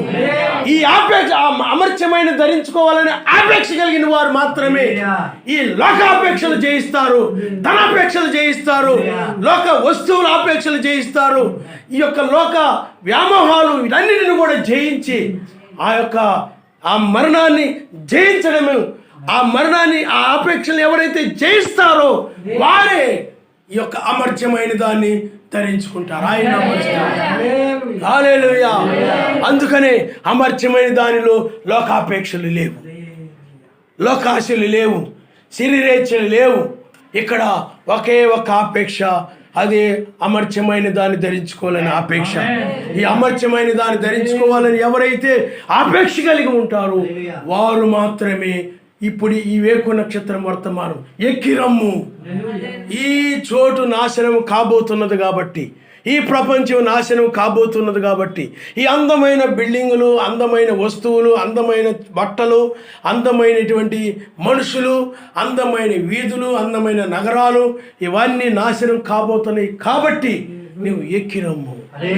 ఈ స్వరమును బట్టి ఇవి నాశనం కాబోతున్నాయి అని, ఇక ఇది నశించేది కనుక నేను కలిగి ఉన్నట్టు ఆపేక్షలు కలిగి ఉన్నట్లయితే నేను లోకులతో పాటు నశిస్తానని ఆమె వాక్యానికి భయపడి ఈ ఆపేక్షలన్నీ కూడా ఆమె జయిస్తుంది, ఆమె విడిచిపెడుతుంది. ఎందుకనంటే అమర్త్యమైన దాన్ని ధరించుకోవాలనే ఆపేక్షను బట్టి, మరణము లేని శరీరాన్ని ధరించుకోవాలని ఆపేక్షను బట్టి, నీతి సమాధానం పరిశుద్ధాత్మేందుల ఆనందం కలిగి ఉండాలని ఆపేక్షను బట్టి వీటన్నిటిని కూడా ఆమె జయిస్తుంది. ఈ ఆపేక్ష లేదనుకోండి వీటిని జయించలేరు, మరణాన్ని జయించలేరు. మరణాన్ని జయింపజేసి మరణాన్ని జయించేలాగా చేసేది ఏమిటి చెప్పండి? ఆపేక్ష. ఆపేక్ష ఎవరు కలిగి ఉంటారో వాళ్ళు జయిస్తారు, అందరూ కాదు. ఆపేక్ష లేకుండా నీవు ఆయన వాక్యం విని ప్రార్థన చేసి అవన్నీ చేసినా కానీ నీవు మరణాన్ని జయించలేవు. అవే శత్రువులు, అపవాది యొక్క అపవాది తంత్రములవి, ఈ లోక సంబంధమైనటువంటివన్నీ కూడా. అందుకని లోకనాథులతోనూ ఆకాశ మండలమున్న దురాత్మల సమూహంతోనూ మనం పోరాడుతున్నాం. ఆపద్దినమందు వీటిని నెరవేర్చుకు శక్తి గలవారగినట్లు మీరు సర్వాంగ కవచం మీరు ధరించుకున్నారు. అందుకని అలాగే రోమిలు రాసిన పత్రిక 13వ అధ్యాయంలో అక్కడ అదే వ్రాయబడింది, యుద్ధోపకరణాలు ధరించుకుందాము. యుద్ధోపకరణాలు అంటే సర్వాంగ కవచాలు. యుద్ధోపకరణాలు మనం ధరించుకుందాం. యుద్ధము ఇప్పుడు మనకి యుద్ధం జరుగుతూ ఉంది. నిర్గమాకాండ 14వ అధ్యాయంలో యావేయే యుద్ధము చేయుచున్నాడు. కాబట్టి ఇప్పుడు ఈ వర్తమానము ద్వారా, పరిశుద్ధాత్మ ద్వారా ఇక్కడ జీవానికి మరణానికి మర్త్యమైన దానికి మధ్య యుద్ధం జరుగుతూ ఉంది. ఈ పరలోక సంబంధమైన ఆపేక్షకని, అంటే ఆ అమర్త్యమైన ధరించుకోవాలని ఆపేక్షకని, లోకాపేక్షలకు మధ్య యుద్ధం జరుగుతూ ఉంది. ఈ యుద్ధంలో ఏం జరుగుతుందంటే లోక ఆపేక్షలన్నీ నిన్ను విడిచిపెట్టి వెళ్ళిపోతాయి. ఆ అమర్త్యమైన దాన్ని ధరించుకోవాలని ఆపేక్ష, ఆ ఆపేక్షను బట్టి అమర్త్యమైన దాన్ని ధరించుకోవడం జరుగుతుంది. ఆయన నామనిస్తాడు. అందుకనే పరలోక రాజ్యంలో 1000 పాలనలోకి వెళ్ళినప్పుడు పిల్లారా అక్కడ ధనాపేక్షలు ఉండవు, ఈ లోక వస్తువుల మీద ఆపేక్షలు ఉండవు, అలాంటివి ఏమి ఉండవు. ఆ నాగరికత వేరు, అది పరిశుద్ధమైనది, అది మర్త్యమైనది కాదు. అక్కడ అమర్త్యతతో కూడింది. ఇక్కడ అన్నీ కూడా మరణించేవి. ఇందాక మనం నేర్చుకున్నాం. నీ బట్టలు కావచ్చు, నీ శరీరం కావచ్చు, నీవు కలిగిన వస్తువులు కావచ్చు, నీ గృహాలు కావచ్చు, లేకపోతే నువ్వు కలిగిన వాహనాలు కావచ్చు, లేకపోతే నువ్వు కలిగిన డబ్బు కావచ్చు, ఆ పేరు కావచ్చు, ప్రఖ్యాతులు కావచ్చు, పలుకుబడి కావచ్చు, నీకున్నటువంటి ఏవేవో కలిగి ఉండొచ్చు. అవన్నీ కూడా ఒక దినాన్ని, అధికారం కానీ ఇవన్నీ కానీ ఒక దినాన్ని నశించేవే. కానీ ఈ నశించేవి అన్ని ఏవైనా కానీ ఆ రాజ్యంలో ఉండవు. నాశనం లేనిదే అది ఆయన వాక్యమే ఎప్పుడు కూడా నాశనం లేనిది. అందుకని 1వ పేతురు రాసిన పత్రికలో ఇంతకుముందు మనం నేర్చుకున్నాం. 1వ పేతురు రాసిన పత్రికలో ఆ పరలోక సంబంధమైనటువంటిది 1వ పేతురు రాసిన పత్రిక 1వ అధ్యాయము 3వ వచనం నుండి మనం చదువుకుందాం. మన ఎలోహిమగు యెహోవా మెస్సియా తండ్రి అయిన సర్వశక్తిమంతుడు స్తుతింపబడును గాక.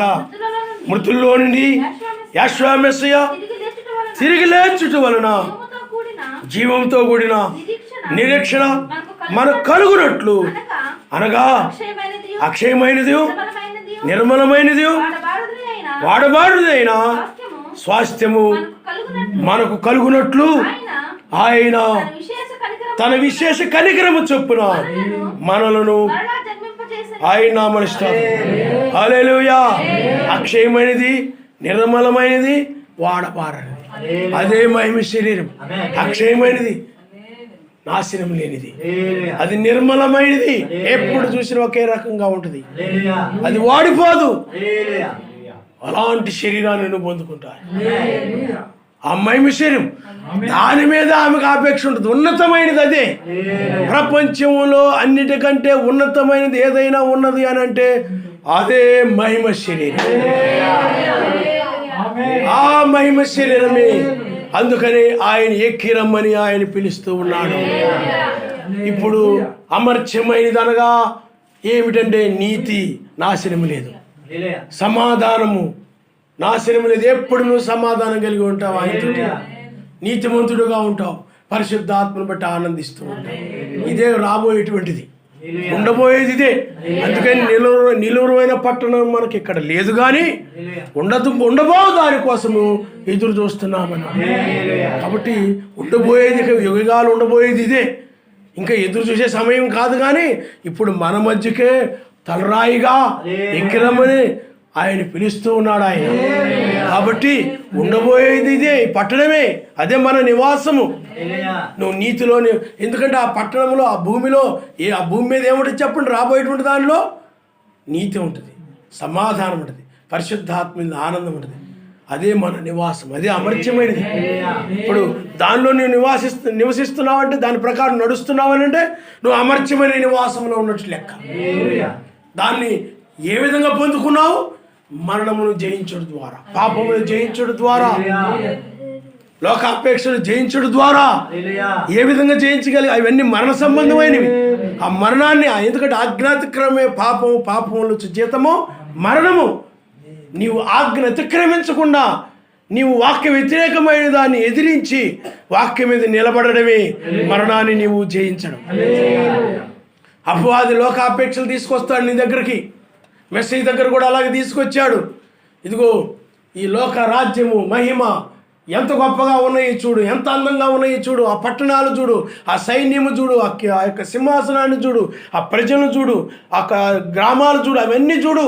నువ్వు నాకు మొక్కినట్లయితే ఇవన్నీ నీయే అవుతాయి అన్నాడు. అయితే మెస్సియా ఆయనకే మొక్కవలసి, ఆయన నామనిస్తాడు. అందుకే సాతాను ఎప్పుడు కూడా లోకాపేక్షను నీ హృదయంలోకి తెస్తూ ఉంటాడు. వాడి పనేది మర్త్యమైన వాడు, నశించే వాడిని తీసుకొస్తూ ఉంటాడు. ఇవన్నీ కూడా నశించేవి. ఆ నశించే వాటిని గురించి ఆశలు తీసుకొస్తూ ఉంటాడు నీ హృదయంలోనికి. వాడు ఇది ఉంటే బాగుంటుంది, అది ఉంటే బాగుంటుంది, ఇది కనుక నువ్వు కలిగి ఉంటే, లేకపోతే ఇది నువ్వు ఈ పాపం చేస్తే, ఈ వాక్యాన్ని మీరిపోతే ఇవన్నీ నీ అయిపోతాయి, నువ్వు చిన్నగా అన్యాయం చేస్తే ఇవన్నీ నీ అయిపోతాయి, ఇదిగో మోసం చేస్తే ఇవన్నీ నువ్వు పొందుకోవచ్చు, లోకంలో ఇవన్నీ పొందుకోవచ్చు. ఈ ఆపేక్షలన్నీ చేసేవాడు ఎవరు చెప్పండి? ఆ పరిశీలు సద్దూకయిల్లో ఉండి సాతానుడు ఇస్కరియోతు యోధాతోటి నువ్వు ఆయన కనుక అప్పగిచ్చినట్లయితే నీకు ఇంత ధనం ఇస్తావు. ఆ ధనాన్ని ఆపేక్షించి, ఆ ధన ఆపేక్ష వలన అతడు మెస్సీని ముద్దు పెట్టి అప్పగించాడు. అలాగే 11 మంది శిష్యులు ఉన్నారు. వారిని కూడా వీళ్ళు ఆ ధనం చూయించి, ఈ డబ్బును మీకు ఇస్తాం, మెస్సీ ఎక్కడున్నాడో చెప్తే, లేకపోతే ఆయన మాకు అప్పగిస్తే అన్నప్పుడు వారు ఆ అమర్త్యమైన దాని మీద ఆపేక్ష కలిగి ఉన్నారు కాబట్టి దాన్ని తృణీకరించారు. ఆయన హల్లెలూయా. దాన్ని ధరించుకోవాలని ఆపేక్ష ఉన్నప్పుడు అసూయను త్రోసివేస్తావు, లోకాశలన్నీ కూడా నీవు త్రోసేస్తావు, అన్నిటిని కూడా నీవు వ్యర్థమైన వాటన్నిటిని కూడా నువ్వు త్రోసివేసి వాక్యాన్ని నువ్వు పట్టుకోవడం జరుగుతుంది. ఎక్కిరమ్మ అక్షయతను నువ్వు పొందుకోవడం జరుగుతుంది, అమర్చతని నువ్వు. ఎందుకంటే అక్షయమైనది, నిర్మలమైనది, వాడబారనిది ఆయన యొక్క వాక్యమే. ఆయన గమనిస్తావు. హల్లెలూయా, హల్లెలూయా. అదే ఆయన ధరించుకోవాలని ఆపేక్ష, ఆయన ధరించుకోవాలని ఆపేక్ష. ఎంత ఆపేక్ష చూడండి. రెబెకాను మనం చూసినట్లయితే, రెబెకా ఒక ఆపేక్ష కలిగి ఉంది. ఆపేక్ష ఏమిటి అనంటే, ఎప్పుడు నేను మెస్సీని చూడొస్తానా, ఎప్పుడు ఇస్సాకుని నేను చూస్తానా, ఎప్పుడు నేను ఇస్సాకును కలుసుకుంటానా ఆపేక్ష ఆమెలో ఉంది. వేరే ఆపేక్ష ఏమి లేదు ఆమెలో. ఎప్పుడు నేను చూస్తానా ఆయన్ని, ఆ అపేక్ష కలిగి ఉంది. ఆ తెల్లవారుజాము వచ్చింది, ఆమె వెళ్ళే సమయం వచ్చింది, ఆమె ఆపేక్ష నెరవేర్చబడే సమయం వచ్చింది. ఆ సమయంలో వాళ్ళు అంటున్నారు 10 దినములైనా లేకపోతే కొన్ని దినములైనా ఉండనిమ్మంటున్నారు.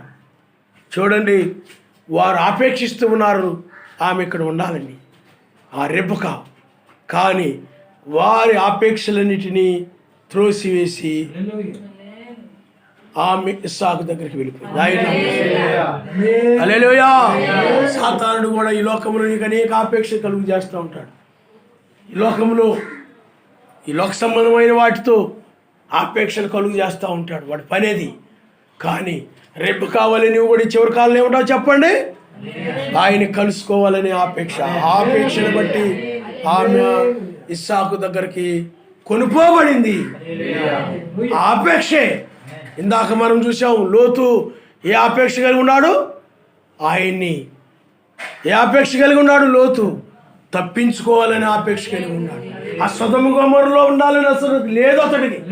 అందుకని తను చూచిన దాన్ని బట్టి విని దానిని బట్టి తన హృదయం నొచ్చుకుందని బైబిల్లో రాయబడింది. ఈ శరీరాన్ని బట్టి అతడు బాధపడ్డాడు. ఈ అపవిత్రమైన శరీరము, ఇది లోకాశలు కలిగే శరీరము, కామోద్రేకమును కలిగే శరీరము, పాపం వైపు ప్రేరేపించే శరీరము, ఈ శరీరముకు సంబంధించిన ఇవన్నీ కూడా శరీరం ఆశిస్తూ ఉంటుంది. నీకు అది ధరించుకుంటే నువ్వు చాలా బాగా కనపడతావు, ఇది ధరించుకుంటే నువ్వు చాలా బాగా కనపడతావు. ఈ కన్నులు ఆశిస్తూ ఉంటాయి.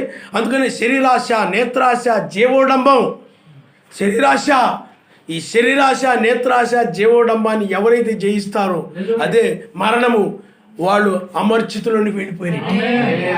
శరీరాశ ఇవి అనుభవించాలని, బాగా ఒక మంచి ఇది కట్టుకొని దాంట్లో తిరగాలని, అనుభవించాలని, అవి ధరించుకొని అనుభవించాలని, ఆ వస్తువులు కొనుక్కొని అనుభవించాలని, ఈ వస్తువులు కొనుక్కొని అనుభవించాలని ఈ శరీరం. అవి చూసి అవి చూడాలని, ఇవి చూడాలని, అవి చూడాలని ఈ శరీరం, ఈ కన్నులు ఆశిస్తూ ఉంటాయి లోక సంబంధమైన వాటిని. అందుకని ఏదోనులో ఏం జరిగింది చెప్పండి, శరీరాశ, నేత్రాశ, జీవోడమం. ఆ కన్నులతో చూసినప్పుడు అది చాలా అందంగా, చాలా చక్కగా కనపడింది. దాన్ని ఆశించారు వాళ్ళు. అందుకని లోకం కూడా ఏం చేస్తే చెప్పండి, కన్నులు చూసినప్పుడు ఏమండి, లోకం శరీరాశ, నేత్రాశ, జీవోడంబమును కలుగు చేసేది లోకం అనేది. అందుకని తండ్రి వల్ల పుట్టినవి కాదు అన్నది బైబిల్లో. లోకం అనగా ఏమిటి, శరీరాశ, నేత్రాశ, జీవోడంబం, ఇది మరణము. అందుకే లోకంలో ఉన్న వాటిని మీరు ప్రేమింపకుడి. కాబట్టి లోతు ఆ సొదొమ గొమొర్రాలో ఉన్నప్పుడు అతడు ఈ యొక్క మనుషులలో ఉన్నటువంటి ఆ పాపపు స్వభావాన్ని బట్టి, ఆశలను బట్టి, అపేక్షలను బట్టి ఆ యొక్క సొదొమ గొమొర్రా అభివృద్ధి చెందుతున్నటువంటి ఆ పాపపు రీతిగా అభివృద్ధి చెందింది. ఇది పాపపు రీతిగా వ్యభిచారాల్లో, దొంగతనాల్లో, నరహత్యల్లో, ఈ యొక్క మోసములలో, వీటన్నిటిలో కూడా అభివృద్ధి చెందింది. ఈనాడు ఎక్కడ చూసినా సొదొమ గొమొర్రాలాగా తయారైపోయి పట్టణాలు, ఎక్కడ చూసిన కిడ్నాపులు, దొంగతనాలు, చంపుకోవడాలు, చెరిపేయడాలు, ఆడపిల్లల మీద దొమ్మిగా కుర్రోళ్ళు పడిపోయి ఆ చెరిపేయడం, ఇవన్నీ ఎక్కువ. ఈ ఆపేక్ష ఎక్కువైపోయాయి. అది పాపమని, అది తప్పని, అది శిక్షించబడతామని కానీ ఏ భయము లేకుండా చాలా ఘోరముగా తయారైపోయింది ప్రపంచం. సొదొమ గొమొర్రాలో కూడా అదే విధంగా అయిపోయింది. అందుకని ఏంటి వీళ్ళంత ఘోరంగా తయారైపోయిందని ఈ రోజుల్లో ఎలా ఒక నీతిమంతుడు బాధపడతాడు, ప్రపంచం చెడిపోయిన దాన్ని బట్టి, ఆ వింటున్న వార్తలను బట్టి, చూస్తున్న సంఘటనలను బట్టి ఆ లోతు కూడా ఆనాడు బాధపడ్డాడు. ఆ నీతిమంతుడు బాధపడ్డాడు. ఆ తర్వాత అతని జీవితం, అతని పిల్లలు అది ఆ సంఘటన వేరు. కానీ లోతు సొదొమ గొమొర్రాలో ఉన్నప్పుడు నీతిమంతుడిగా ఉన్నాడని బైబిల్ చెప్తాడు. అతను ఆయన అబ్రాహాములాగా లోతుని ఏర్పరచుకొని పోవచ్చు. కానీ అతడు పేతురు రాసిన పత్రికలో నీతిమంతుడు. అందుకని అబ్రాహాముతో మాట్లాడినప్పుడు కూడా ఆ నీతిమంతులు ఉన్నట్లయితే నేను రక్షిస్తానన్నాడు ఆయన. మీకు అర్థమైందా? కాబట్టి అక్కడ ఆ యొక్క లోతు ఆ విధంగా ఆ పట్టణం నుండి బయటకు రావాలని, ఇంక నీతిమంతుల మధ్య జీవించాలని, ప్రేమ కలిగిన వారి మధ్య జీవించాలని, పరిశుద్ధుల మధ్య జీవించాలని, నిత్యం ప్రార్థించే వారి మధ్య జీవించాలని ఆ తపన కలిగి ఉన్నాడు అతను. ఆ మనుషుల మధ్య, ఈ పాపుల మధ్య, అవిశ్వాసుల మధ్య, ఈ మత్స్యాకోళ్ళ మధ్య, ఈ లోకస్తుల మధ్య అతను ఏమాత్రం కూడా నివసించాలని అనిపించలేదు అతను. ఆ సమయంలోనే ఆ దూతలు ఆ తెల్లవారుజామున అతను ఏం చేశాడు చెప్పండి? అతడు ఆపేక్షను నెరవేర్చాడు. హల్లెలూయా. లోతు ఎందుకంటే అక్కడ ఆయన తీర్పు సింహాసనం మీదకు మారాడు.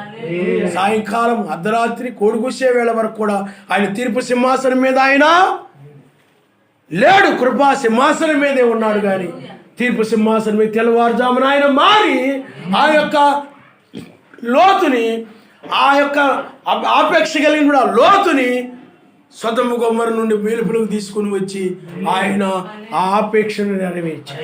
ఆ ఆపేక్ష కలిగినట్టు ఆ లోతు ఎందుకంటే ఆ జనుల మధ్య ఉండకూడదని ఆ సొదొమ గొమొర్రా నుండి విమోచించబడాలని ఆపేక్ష కలిగి ఉన్నాడు. కాబట్టి అందువల్ల లోక ఆపేక్షలు వాటన్నిటినీ కూడా సొదొమ గొమొర్రాలో ఉన్న ఆపేక్షలు, ఆ కోరికలు వాటన్నిటిని జయించి రావడానికి, సోయరికి రావడానికి కారణము అతడు రక్షించబడాలని ఆపేక్ష కలిగి ఉన్నాడు. ఆయన నామనిస్తాడు. అసలు ఆ శరీరం ధరించుకోవాలనే నీకు అసలు ఆపేక్ష లేదు. ఆపేక్ష నీకు లేనప్పుడు ఈ లోకాపేక్షలు నీవు జయించలేవు. అందుకని లోకము, ఇదిగో సాతానుడు ఆ సొదొమ గొమొర్రా చూడు, నీ గృహాలు చూడు, నీవు కలిగిన పొలములు చూడు, స్థలములు చూడు, ఆ తోటలు చూడు, ఆ డబ్బు చూసుకో, ఆ వస్తువులు చూడు, రకరకాలుగా ఆపేక్ష కలుగు చేస్తూ ఉన్నప్పుడు కూడా ఏ మాత్రము కూడా తన తలనటు వైపు తిప్పలేదు. ఇప్పుడు కూడా వాటి వైపు మరల్చకుండా నీ తలని లోకాశల వైపు, లోకం వైపు నీ మనసును పోనివ్వకుండా పూర్తిగా పరలోక సంబంధమైనటువంటి అమర్త్యమైన వాటి మీద, సంగతుల మీద మనసు ఉంచే సమయం ఇది. హల్లెలూయా, హల్లెలూయా. అందుకనే ఆ తెల్లవారుజాములో చూడండి, అప్పటి వరకు లోతు సొదొమ గొమొర్రాలో ఉన్నప్పుడు అటు శరీర సంబంధమైన సంగతుల మీద, ఇటు ఆత్మ సంబంధమైన సంగతుల మీద. కానీ శరీర సంబంధమైన సంగతులను విమోచించమని మూలుగుతూ ఉన్నటువంటి వ్యక్తిగా ఉంటాడు. కానీ అది విమోచనప్పుడు రాలేదు. కానీ తెల్లవారుజాము వచ్చినప్పుడు ఏం జరిగిందనంటే ఆ విమోచన వచ్చేసింది. అందుకని ఇంకప్పుడు మరణము మీద, ఇంకా శరీర సంబంధమైన సంగతుల మీద, ఆ సొదొమ గొమొర్రా అభివృద్ధి మీద, ఆ సొదొమ గొమొర్రా పట్టణాల మీద, ఆ వీధుల మీద, ఆ జనుల మీద, ఆ అభివృద్ధి మీద, వాటి మీద, వీటి మీద ఇంకా మనసు ఏమి పెట్టల, వాటిని ప్రేమించలా. అతడు మనస్సు సూర్యుని మీద ఉంది. ఆయన హల్లెలూయా. కాబట్టి నీవు కూడా వెనక తొట్టు తిరగకుండా వచ్చే సమయం ఇది. ఎందుకంటే శరీరానుసారమైన మనసు మరణము, ఆత్మానుసారమైన మనసు జీవము. ఇప్పుడు నీవు ఎక్కిరమ్ము. ఇప్పుడు నీవు అమర్త్యమైన సంగతుల మీదే, నీతి, సమాధానం, పరిశుద్ధాత్మ ఆనందం మీదే, ఆ తలరాయి మీదే, ఆ మహిమ శరీరం మీదే నీవు మనసు ఉంచి దాని మీదే మనసు ఉంచాలి. ఇంకా శరీర సంబంధమైన సంగతుల మీద మనసు ఉంచకూడదు. ఇక ఎప్పుడైతే నువ్వు శరీర సంబంధమైన సంగతుల మీద మనసు ఉంచో, శరీరానుసారమైన మనసే మరణము. కాబట్టి ఇంకా నువ్వు మరణాన్ని జయించినట్టు ఆయన మనసు. అందువల్ల మరణం మీద మనసు ఉంచే సమయం ఇది కాదు, అమర్త్యత మీద మనసు ఉంచే సమయం. కాబట్టి నువ్వు ఎప్పుడైతే ఇక అమర్త్యత మీద మనసు ఉంచుతావో, శరీర సంబంధమైన సంగతుల మీద మనసు ఉంచువో, ఇంకప్పుడు నీవు మరణమును జయించావు.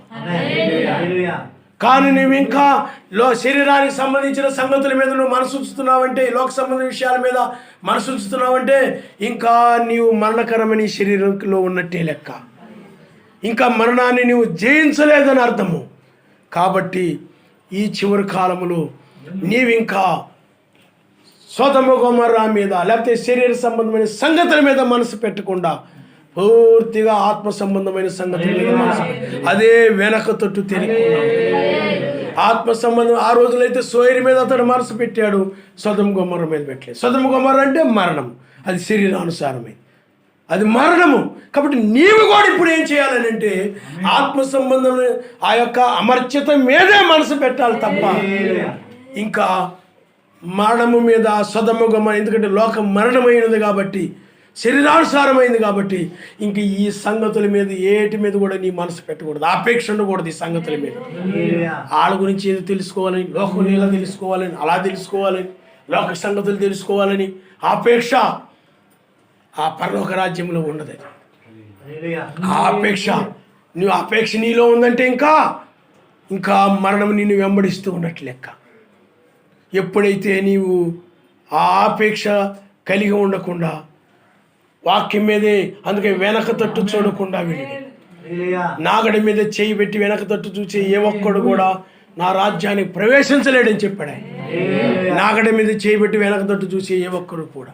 అందుకని వాళ్ళని రమ్మని పిలిచినప్పుడు, వాళ్ళు ఎక్కి రమ్మని పిలిచినప్పుడు వాళ్ళు, ఎందుకంటే నాగడి మీద చేయబెట్టిన వ్యక్తి సరిగా దున్నలేడు, సరిగా భక్తి చేయలేడు, అందువల్ల అట్టివాడు పరిపూర్ణంగా ఫలించలేడు, పరలోక రాజ్యానికి రాలేడు. అందుకనే వాళ్ళు వెనక తట్టు చూశారు రమ్మని చెప్తే.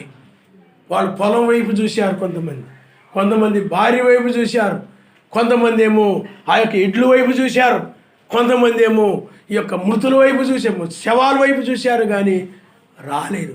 కానీ వాళ్ళు వెనక తట్టు చూడకుండా, వాటి తట్టు చూడకుండా ఆయన తట్టు చూసే సమయం. ఇప్పుడు అదే లోతు కూడా ఆ సమయంలో సొదొమ గొమొర్రా వైపు చూడకుండా సోయరు వైపు చూశాడు. నీవు కూడా ఇప్పుడు అమర్త్యత వైపు ఆ ధరించుకోవాలని ఆపేక్ష కలిగిన వధువు అమర్త్యత వైపు మాత్రమే ఆమె దృష్టి ఉంచుదు తప్ప, మనసు ఉంచదు తప్ప ఈ శరీర సంబంధమైన సంగతుల మీద ఆమె మనసు ఉంచదు. అదే దేహం నుండి విమోచించబడదు. నువ్వు శరీర సంబంధమైన సంగతుల మీద ఎప్పుడైతే నువ్వు గనక మనసు పెట్టవో అప్పుడు మరణము నువ్వు జయించినట్టు లెక్క. ఎందుకంటే శరీరానుసారమైన మనసే మరణము, ఇది ఆత్మీయంగా జయించడం. అప్పుడు ఈ శరీరం కూడా మరణాన్ని జయించి పైకి వెళ్ళింది. ఆయన నామమున హల్లెలూయా. కాబట్టి ఆ మరణాన్ని, ఆ యొక్క శరీరానుసారమైనటువంటి సంగతుల్ని జయించుటకు కారణం ఏమిటనంటే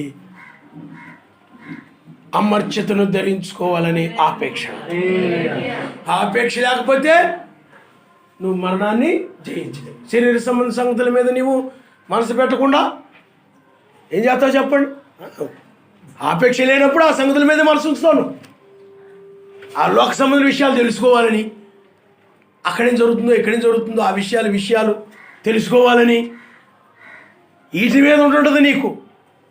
కానీ ఆయన వధువుకి ఈ యొక్క పరలోక సంబంధమైనటువంటి తీర్పు విషయాలు, రెండవ రాకడ విషయాలు, అమర్త్యమైన రాజ్యం యొక్క సంగతులు తెలుసుకుంటా ఉంటుంది. ఆయన నామమున హల్లెలూయా. ఇప్పుడు ఇది రాజ్య సంబంధమైన సంగతుల మీద మనసు ఉంచే కాలమే తప్ప లోక రాజ్యాల సంగతుల మీద మనసు ఉంచే సమయం ఇది కాదు. ఎందుకంటే అవి నశించబోతా ఉన్నాయి, అవి ఉగ్రతలో ఉండబోతా ఉన్నాయి. కాబట్టి ఇప్పుడు నీవు ఈ మహిమ శరీరము ధరించుకునే సమయంలో ఉన్నావు. మహిమ శరీరము నీ కొరకు దిగి వచ్చింది. అది అక్షయమైనది, అమర్త్యమైనది.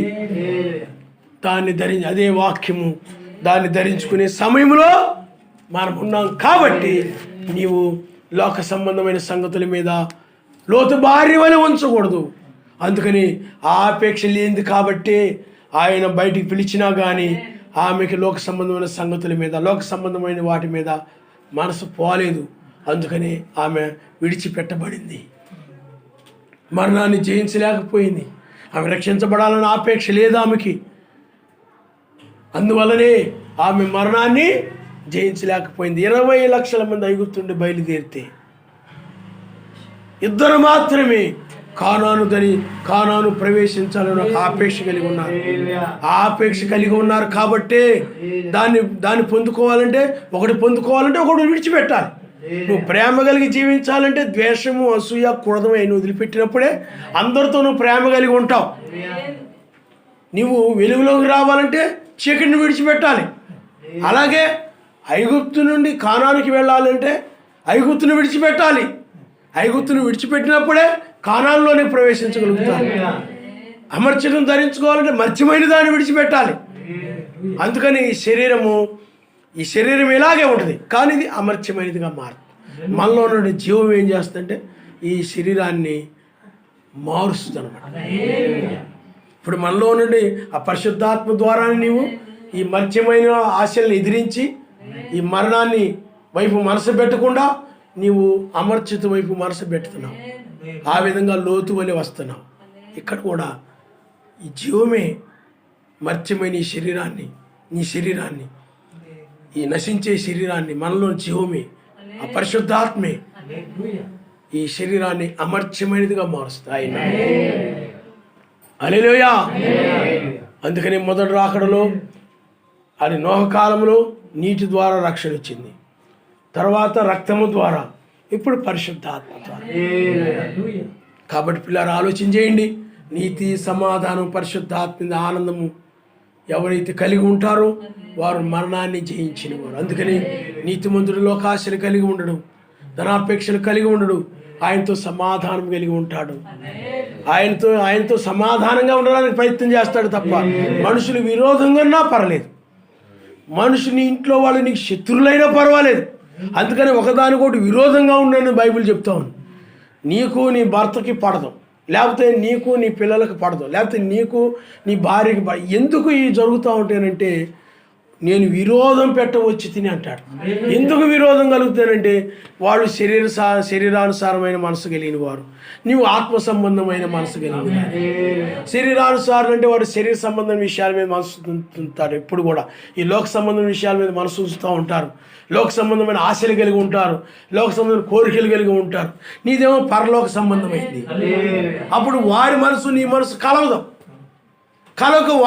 వాళ్ళేమో వాక్య వ్యతిరేకంగా వెళ్తుంటారు, నువ్వు వాక్య ప్రకారంగా వెళ్ళాలంటావు. వాళ్ళకి నీకు మధ్య ఏమవుతుంది చెప్పండి, గొడవ వచ్చేస్తుంది. వాళ్ళేమో ఆ బంధువుల దగ్గర ఇళ్ళకి తీసుకెళ్తా ఉంటారు. వాళ్ళ మత్స్యాక సంఘాలు, వాళ్ళ ఆచారాలు, పద్ధతులు, లేకపోతే అన్నిలో ఉండొచ్చు. వాళ్ళ దగ్గరికి వెళ్ళి ఆ సాంప్రదాయాలు, ఆ పద్ధతులు పాటించాలంటారు. నువ్వేమో వాక్యాన్ని బట్టి పాటించనంటావు. వాళ్ళకి నీకు మధ్య ఏమవుతుంది చెప్పండి, విరోధం వస్తుంటేనే నీవు అంటే లోకస్తులకి శరీరానుసారికి మధ్య విరోధంగా ఉంటేనే నువ్వు రాజీ పడనట్టు లెక్క. నువ్వు రాజీ పడిపోయావు అనుకోండి, వాళ్ళతోటి కలిసిపోయావు అనుకోండి, వాళ్ళకి నీకు మధ్య విరోధం ఉండదు, లోకానికి నీకు మధ్య విరోధం ఉండదు. లోకానికి మధ్య విరోధం ఉండదు. ఇజ్రాయేల్కి ఆనాడు పరిచయులకి సద్దులకి మధ్య మెస్సీకి మధ్య విరోధం వచ్చింది. అలాగే బ్రహ్నం గారికి, జాన్సన్ గారికి, మత్స్యాక సంఘాలకి మధ్య వాక్య విషయంలో విరోధం వచ్చింది, బోధల విషయంలో విరోధం వచ్చింది. ఈనాడు కూడా మనకని వధువు సంఘాల్లో వాళ్ళకి, మత్స్యాక సంఘాల లోకస్తులకి మధ్య మనం విరోధంగా ఉంటాం. ఎందుకని? వాళ్ళవి వేరుగా ఉంటాయి, మనకి వేరుగా ఉంటాయి. వాళ్ళ మార్గంలో మనం నడవం కాబట్టి వాళ్ళకి మనకి విరోధము కలుగుతుంది. కావాలని విరోధం కలిగి ఉండడం కాదు. వాక్యం దగ్గరకు వచ్చేసరికి ఏమవుతుంది చెప్పండి, విరోధం వచ్చేస్తుంది. ఎందుకని? వాళ్ళ మనసేమో శరీరానుసారమైంది, నీ మనసేమో ఆత్మ సంబంధమైంది. ఆ పోనీలే ఏం చేస్తాం అని నువ్వు రాజీ పడిపోయి ఆయన చెప్పినట్టు చేసావు అనుకోండి, అయిపోయింది మొత్తం. ఏమైపోయింది చెప్పండి, భక్తి పోయి రాజీ పడిపోయి పరిశుద్ధాత్మ వదిలేసి వెళ్ళిపో. పరిశుద్ధాత్మ లేనప్పుడు ఇంక ఏ ఉపయోగం లేదు. నువ్వు భక్తి చేసినా, ఆరాధన చేసి, ఎన్ని చేసినా కానీ విడిచిపెట్టబడమే తప్ప. ఎందుకంటే నిన్ను తీసుకుని వెళ్ళేది పరిశుద్ధాత్మే. అందుకనే రేపు ఒంటెలో పరిశుద్ధాత్మకు సాదృశ్యంగా ఉన్నాయని చెప్పాడు బ్రహ్మ. ఆమె పరిశుద్ధాత్మకు నీరు పోసింది, ఒంటెలకు నీరు పోసింది. ఆ ఒంటెలే ఆమెను తీసుకుని వెళ్ళాయి, పరిశుద్ధాత్మే తీసుకుని వెళ్ళింది. అలా కాబట్టి ఈ చివరి సమయంలో నీవు ఈ శరీర సంబంధమైన సంగతుల మీద మనసు ఉంచే సమయం కాదు. ఇంకా వాటి తట్టు నువ్వు తిరగొద్దు.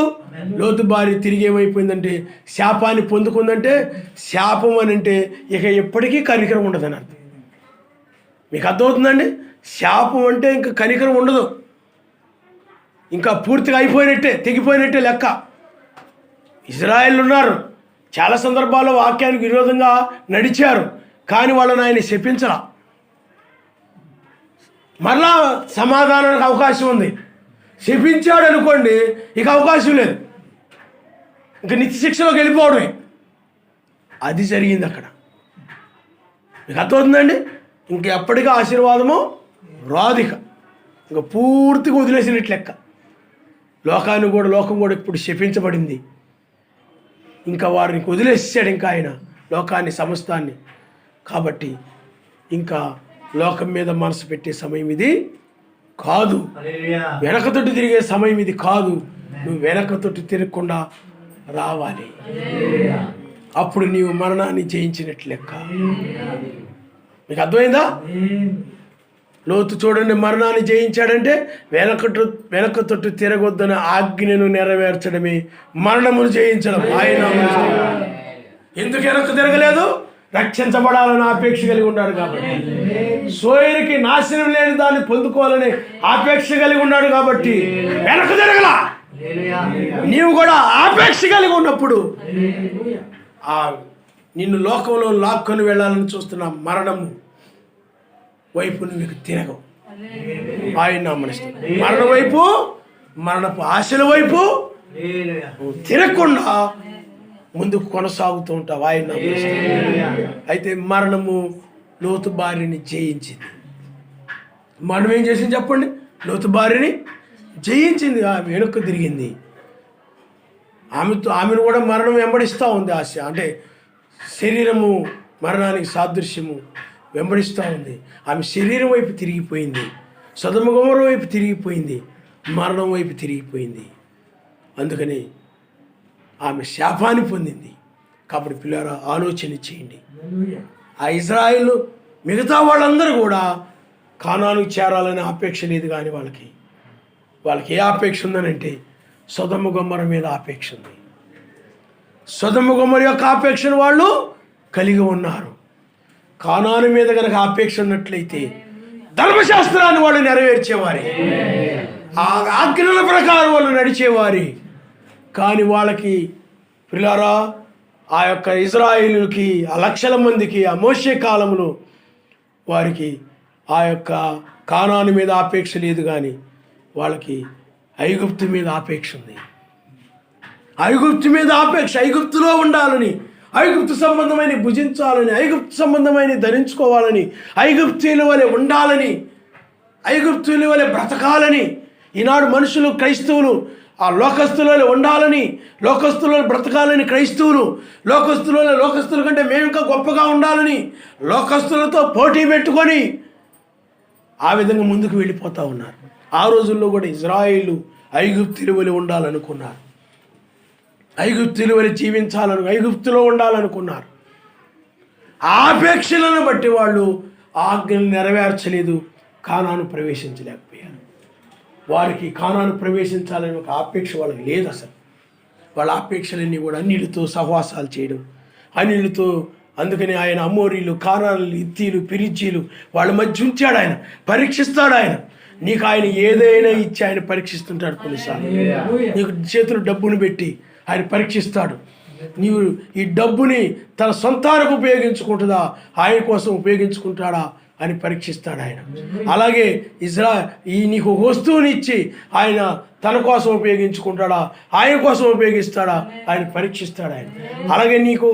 అలాగే వాళ్ళని కూడా అమోరీలు, కానానులు, ఇత్తీలు, పెరిజీలు వాళ్ళ మధ్య ఉంచి ధర్మశాస్త్రాన్ని అనుసరిస్తారా, లేకపోతే అన్యుల్లో చెప్పినట్టు నడుస్తారా అని పరీక్షించినప్పుడు వాళ్ళు ధర్మశాస్త్రాన్ని వదిలేసి అన్యులతో పాటు చక్కగా తిరిగి వాళ్ళు చేసినట్లుగా వీళ్ళు చేస్తూ అలాగ శరీరానుసారులైపోయి ఆ విధంగా వాక్యానికి వ్యతిరేకంగా ఉన్నప్పుడు నశించారు వాళ్ళందరూ. కారణం ఏమిటంటే వారు ఆ కానానుకి వెళ్ళాలనే ఆపేక్ష వాళ్ళకి లేదు. వాళ్ళు కానానుకి వెళ్ళాలనే ఆపేక్ష కలిగి ఉండాలి తప్ప మరి ఏ ఐగుప్తు ఆపేక్షలు ఉండకూడదు. యెహోషువ, కాలేబులు మాత్రమే ఆ వాగ్దానం చేయబడినటువంటి ఆ దేశం పట్ల ఆపేక్ష కలిగి ఉన్నారు తప్ప మరి దేని మీద కూడా వాళ్ళు ఆపేక్ష కలిగి లేరు. మిగతా వాళ్ళు అయినట్లయితే ఐగుప్తు మీద ఆపేక్ష కలిగి ఉన్నారు. ఈనాడు కూడా నీకు వాగ్దానం చేయబడినది అదే అమర్త్యమైనటువంటి గుడారము, ఆ శరీరం, అది నివాసం, మన నివాసము. దాని మీదే నువ్వు ఆపేక్ష కలిగి దాన్నే నువ్వు ధరించుకో. ఆపేక్ష కలిగి ఉన్నప్పుడు దాన్నే నువ్వు ధరించుకుంటావు, దానిలో నువ్వు ప్రవేశిస్తావు. అదే మనకు ఆత్మ సంబంధమైన కానాను, ఈ మహిమ శరీరమే. దీనిలో నువ్వు ప్రవేశిస్తావు.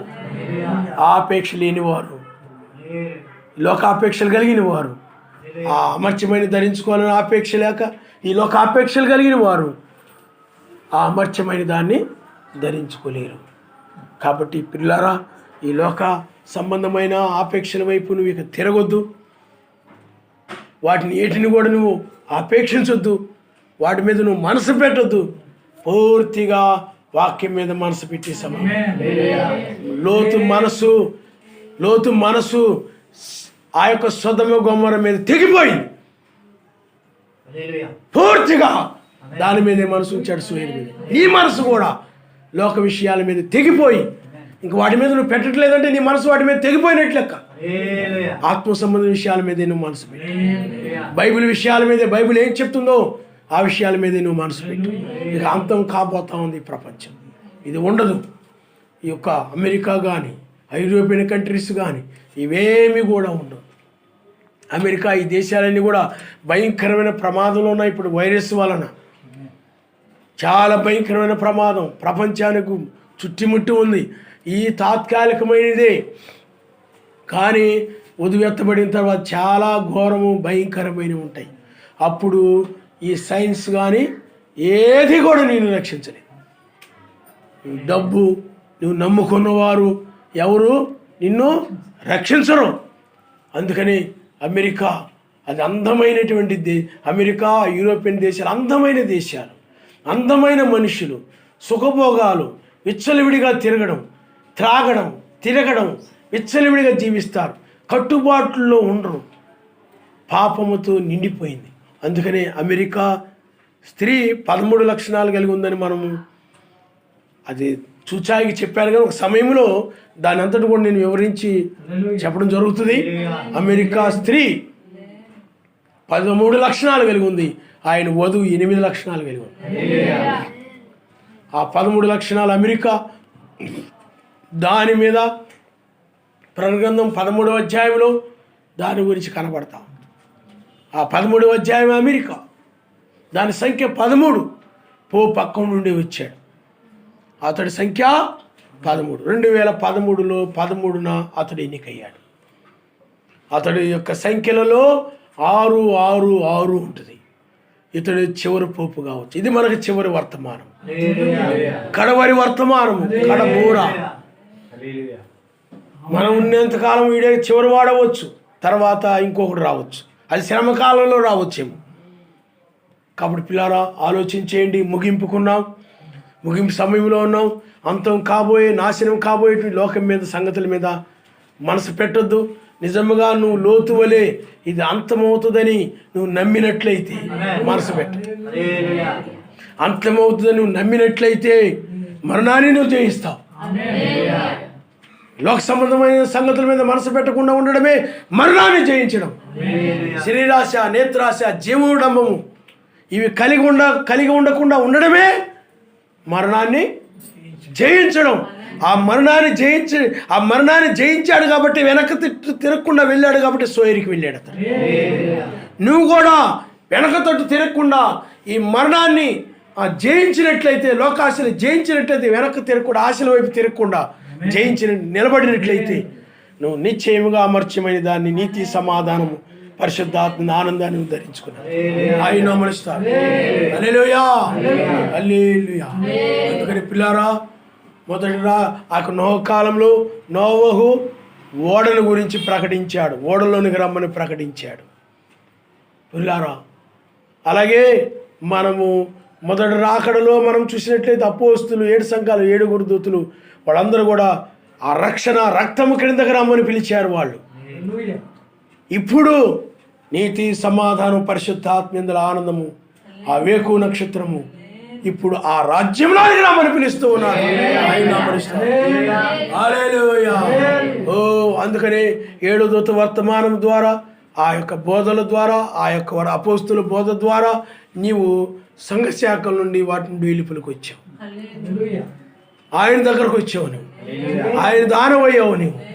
ఆ విధంగా మహావేశ్యలకు సంబంధించి ఆ సంఘాల్లో ఉన్న నీవు ఆయన దగ్గరకు వచ్చావు. ఆయన దగ్గరకు వచ్చిన నీవు ఇప్పుడు ఆయనతో సదా ఉండడం కోసము ఆయన రాజ్యంలో నువ్వు ప్రవేశిస్తున్నావు. ఆయన అదే విమోచన అంటే. విమోచన అంటే వెలుపలకు వచ్చి లోపలకు ప్రవేశించుట. అందుకని వెలుపలకు చాలా మంది వచ్చారు, 20 లక్షల మంది వచ్చారు. లోపలకు ప్రవేశించింది మాత్రము 2. అలాగే ప్రపంచంలో బ్రహ్మం గారి వర్తమానం వల్ల, జాన్సన్ గారి వర్తమానం వల్ల, 7 సంఘాలు 7 గురుదూతలు వీళ్ళందరూ వర్తమానం వల్ల అనేక మంది వెలుపలికి ఉండొచ్చు. కానీ ఇప్పుడు నిత్యరాజ్యంలో ప్రవేశించేది మాత్రం కొద్ది మంది. ఆ రోజుల్లో 8 మంది, ఈ రోజుల్లో అక్కడ యెహోషువ కాలేబులు 2 3 లోతు కాలంలో ఆ విధంగా రక్షించబడ్డారు. ఈ చివరి కాలం కొద్ది మంది రక్షించబడతారు. బైబిల్ స్పష్టంగా చెప్తా ఉంది, ఎచ్చటి 2 3 కూడిందురు వారి మధ్య నేను ఆయన నామమున. హల్లెలూయా. విశాల మార్గమున ప్రవేశించ పోరాడొద్దు, అది నరకమునకు పోయేది.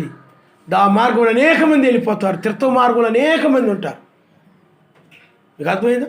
అలాగే ఏకత్వ మార్గములో ఆ నామము ధరించుకునే వారు ప్రపంచంలో కొద్ది మంది ఉంటారు. ఆ కొద్ది మందిలో రక్షించబడేవారు ఇప్పుడు ఇంకా కొద్ది మంది ఉంటారు. ఆయన నామనిస్తారు. హల్లెలూయా. కాబట్టి పిల్లారా, మీరు ఆలోచన చేయండి. మనం ఇప్పుడు ముగింపులో ఉన్నాం. నీవు ఆ రాజ్యాన్ని ధరించుకోవాలి, ఆ రాజ్యంలో ప్రవేశించాలి. అదే మన నిత్య నివాసము. ఆ రాజ్యమే, అదే యెరూషలేము, నూతన యెరూషలేము మన నివాసం. కాబట్టి ఆ యెరూషలేము అంటే ఏమిటి చెప్పండి? నీతి, సమాధానము, పరిశుద్ధాత్మేందలాను. ఆ పైన యెరూషలేములో ఏముండేదో మనకు తెలియదు, కానీ నాడు మనము చూస్తున్నాం. కాబట్టి దాన్ని నువ్వు అలంకరించుకుని ఈ చివరి కాలంలో ఉండాలి, ఎత్తబడాలి అని అంటే. కాబట్టి పిల్లారా, మనము ఆ మరణాన్ని జయించడం అంటే ఇంకా లోకం యొక్క ఆపేక్షల వైపు తిరగకుండా పూర్తిగా ఆయన యొక్క మహిమ శరీరాన్ని ధరించుకోవాలని అపేక్షని మీ చివరి కాలం. అప్పుడు నీవు అమర్త్యమైన దాన్ని నువ్వు ధరించుకో. ఇంక ఈ లోక ఏ ఆపేక్షలు కూడా ఉండకూడదు. లోతు అదే విధంగా ఉన్నాడు, వెనక్కి తొట్టు తిరగలేదు. లోకంలో ఇంకా ఏవేవో వస్తాం, అయినా వాటి వైపు మనసు పెట్టలేదు ఇంకా అతడు. ఆ సంగతుల మీద మనసు పెట్టలేదు ఇంకా అతడు. వాటి మీద ఆశలు లేవు ఇంకా ఆయన మీదే. అందుకనే చూడండి, నీతిమంతులు ఎక్కడైనా కూడి ఉంటే ఆయన గురించి చెప్పుకుంటారు, పరలోక సంబంధ విషయాలు చెప్పుకుంటారు. కానీ లోకస్తులు ఎక్కడైనా చేరితే లోక విషయాలు చెప్పుకుంటూ ఉంటారు. లోక విషయాలు ఒక ఆఫీసర్లు ఉంటారు, ఒక చోట చేరుతారు, ఒక చోట మధ్యాహ్నం మాటలు లేకపోతే ఖాళీ టైంలో కూర్చొని పేపర్ ముందు పెట్టుకొని లోక విషయాలు చెప్పుకుంటూ కూర్చుంటారు. అవి న్యూస్ పేపర్లు ఏముంటాయి? లోక విషయాలు ఉంటాయి. సువార్త కాదు, లోక విషయాలు ఉంటాయి.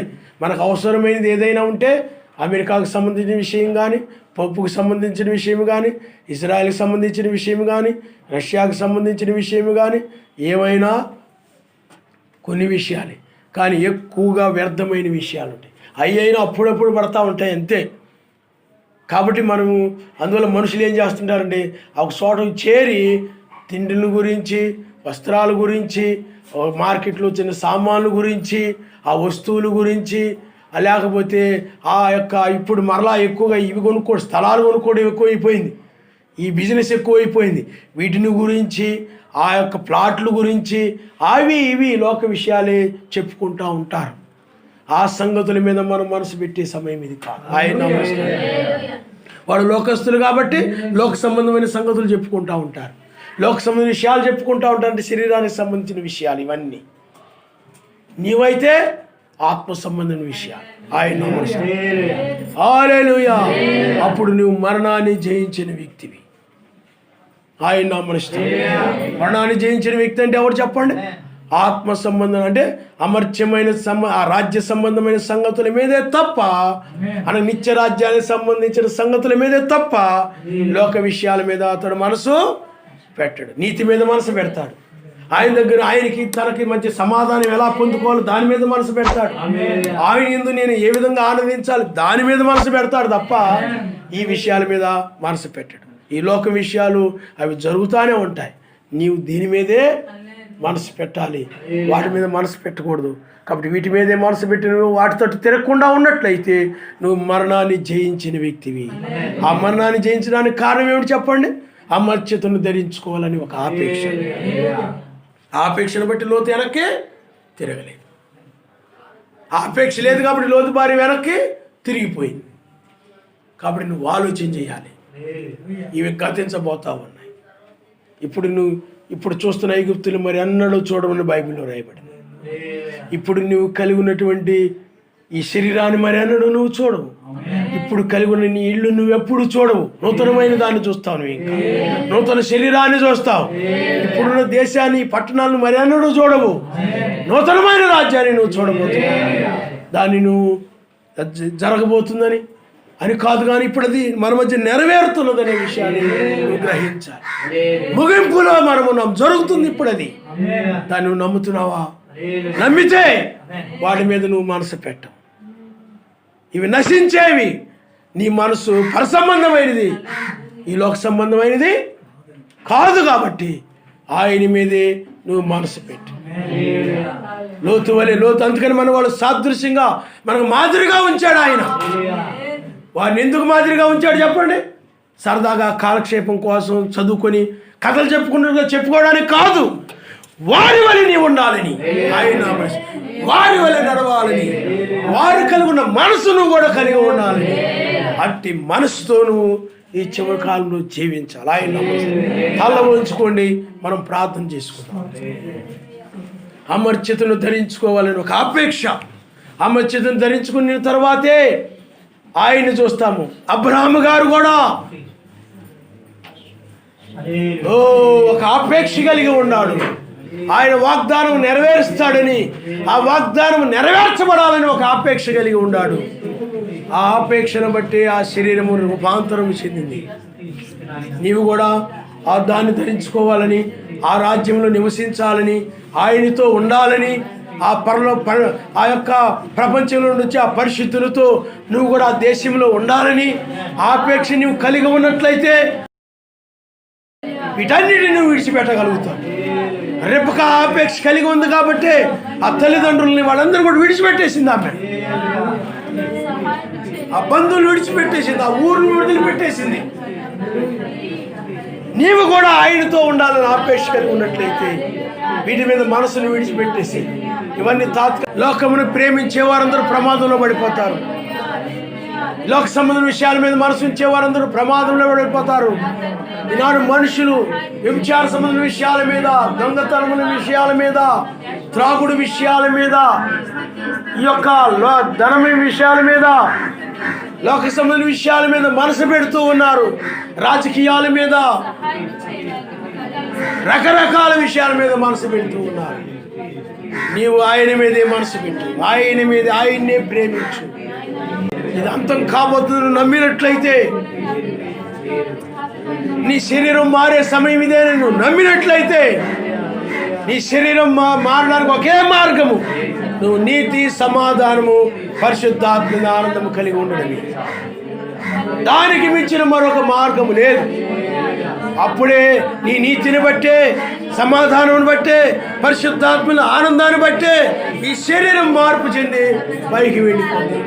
మహిమ రూపముగా మారే యాషువతో నుందును నేను, యాషువతో నుందును. మహిమ రూపముగా మారే యాషువతో నుందును నేను, యాషువతో నుందును. మాటి గూడారమెల్లప్పుడు బలహీనమై నశించునవి. మాటి గూడారమెల్లప్పుడు బలహీనమై నశించునవి. చేతులతో చేయబడని, చేతులతో చేయబడని నిత్య మహిమను జీవించెదను. ఆమేన్. నిత్య మహిమను జీవించెదను. మహిమ రూపముగా మారి యాషువతో నుందును నేను, యాషువతో నుందును. హల్లెలూయా. ఓ నీవు లోకాశలు కలిగి ఉన్నావా? ఇంకా లోకాపేక్షలు కలిగి ఉన్నావా? ఇంకా లోక ధనాపేక్ష కలిగి ఉన్నావా? లోకములో కనబడిన వాటిని నువ్వు ఆశిస్తూ ఉన్నావా? అయితే లోకం నిన్ను ఇంకా ఆకర్షిస్తానే ఉంది. లోకంలోని నిన్ను ఇంకా ఆకర్షిస్తానే ఉన్నాయి. ఇది సమస్తము వ్యర్థమని నీకు అనిపించడం లేదా? హల్లెలూయా, హల్లెలూయా. నువ్వు నీతి, సమాధానం, పరిశుద్ధాత్మ ఆనందం కలిగి ఉన్నావా? ఆయన ఒక్కడే అని నువ్వు నమ్మి ఆయన దృష్టిలో నువ్వు నీతిమంతుడు ఉన్నావా? ఆయనకి నీకు మధ్య సమాధానం ఉందా? ఆయన బట్టి ఆనందిస్తున్నావా? వాళ్ళింట్లో చూసి వీళ్ళింట్లో చూసి నేను కూడా అవి కలిగి ఉండాలి, వాడు కొనుక్కున్నారు కాబట్టి నేను కొనాలి అని ఆపేక్షలతోనే ఉంటున్నావేమో. ఆపేక్షలు నువ్వు కలిగినంత కాలము నువ్వు వెనకదట్టు చూస్తూ ఉన్నట్టే లెక్క. వాటన్నిటిని విడిచిపెట్టే సమయం ఇదే. ఆపేక్షలు, ఆశలు లేవు కాబట్టి అతడు మనసు ఇక సొదొమ గొమొర్రా మీద పెట్టకుండా వెలుపులకు వచ్చేసాడు. నువ్వు ఆయన యొక్క మార్గంలో ఉండాలని చెప్పుకుంటూ లోక సంబంధమైన వాటి మీద మనసు కలిగి, శరీర సంబంధమైన లోక సంబంధ విషయాల మీద మనసు కలిగి మురికి అన్ని చెడిపోయాయి. ప్రతిదీ కూడా చెడిపోయింది. రాజకీయాలు చెడిపోయాయి. ప్రతిదీ కూడా చెడిపోయింది. మంచి లేదు, నీతి లేదు. అలాంటి విషయాలన్నింటి మీద నువ్వు మనసు పెడుతూ లోతు భార్య వలె ఉన్నావేమో ఆలోచించి, నీ తోటి వారిని బట్టి, నీతో పనిచేసే వారిని బట్టి, వారి మాటలను బట్టి, వారి ఇళ్ళకి వెళ్ళి వారి వలె మేము ఉండాలని ఇంకా వాటి మీద మనసు పెట్టే సమయం ఇది కాదు. వాటిని విడిచిపెట్టే సమయం ఇదే. వాటి తట్టు చూసే సమయం కాదు ఇది. లోతు వలె ఇంకా పూర్తిగా ఆయన వైపు మనసు పెట్టే సమయం. వెనకతోటి తిరగకుండా రావాలి. నీవు వెనక తిరగొద్దు. వెనక తిరిగే సమయం ఇది కాదు. అసూయ వైపు, ద్వేషం వైపు, ఈ చెడిపోయిన అందమైన ప్రపంచం వైపు మనసు పెట్టే సమయం ఇది కాదు. ఇంకా నీవు ఆశల్లో బ్రతుకుతున్నావేమో, ఇంకా శరీరాశల్లో బ్రతుకుతున్నావేమో, ఇంకా లోకాశల్లో బ్రతుకుతున్నావేమో. ఏదైనా ఆయన కోసమే చేయాలి, ఆయన కోసమే జీవించు, ఆయన కోసమే బ్రతుకు. సమయాన్ని ఆయనకివ్వు. ఆనాడు మరియా అవసరమైనది ఒక్కటే ఆమె ఎరిగి ఉన్నది. నీవు కూడా అవసరమైంది ఒక్కటే ఇప్పుడు, అదే అమర్త్యమైన శరీరం ఆయనే.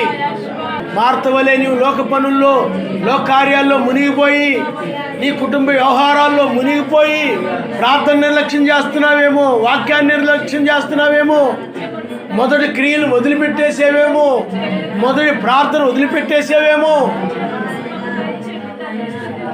మొదటి ధర్మకార్యాలు వదిలిపెట్టేసేవేమో. ఆయన లేఖనాల వైపు చూసే సమయమే తప్ప ఇక లోకం వైపు చూసే సమయం ఇది కాదు. వెనక్కుతోటి తిరిగే సమయం కాదు. లోకస్తులు వెళ్ళే మార్గంలో నువ్వు వెళ్ళకూడదు. లోతు భార్య ఆ విధంగా వెళ్ళిపోయి, ఉన్నతుడా నీకు స్తోత్రాలు. లోకాశలు తీసివేయిన ఆయన, ఆపేక్షలు తీసివేయిన ఆయన, ఐక్య విచారాలు తీసివేయిన ఆయన, వెనక తిరగకుండా రావాలి. వాటి వైపు నువ్వు తిరగొద్దు. ఈ ఆపేక్ష కలిగి ఉన్నట్లయితే వాటిని నువ్వు విడిచిపెట్టేయాలి ఇప్పుడే. వాటిని మర్చిపోయిన దాన్ని విడిచిపెట్టి అమర్చిత నువ్వు ధరించుకో ఇప్పుడే.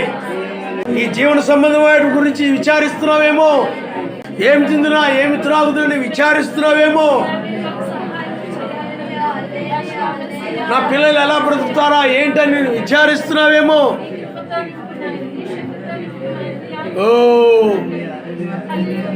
అయ్యే జీవన సంబంధమైన విచార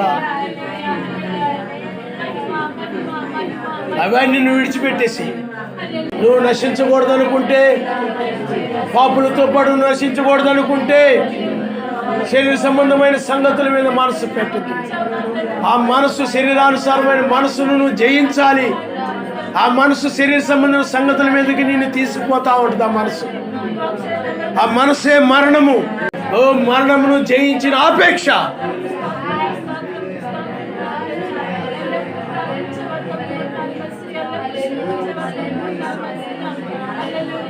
దాన్ని పొందుకోవాలని ఆపేక్ష నీకు లేనట్లయితే లోకము నిన్ను జయించేస్తాయి, ఈ ఆశలు నిన్ను జయించేస్తాయి. లోతు బారినవి జయించాయి, వాటికి దాసురాలైపోయింది ఆమె. ఇస్కరియోతు యోధనవి జయించాయి. ఐగుప్తు ఆశలు ఇశ్రాయేలు అందరినీ జయించాయి. అందుకని వాళ్ళు ఐగుప్తుకి తిరిగి పోవాలనుకున్నారు. వాళ్ళు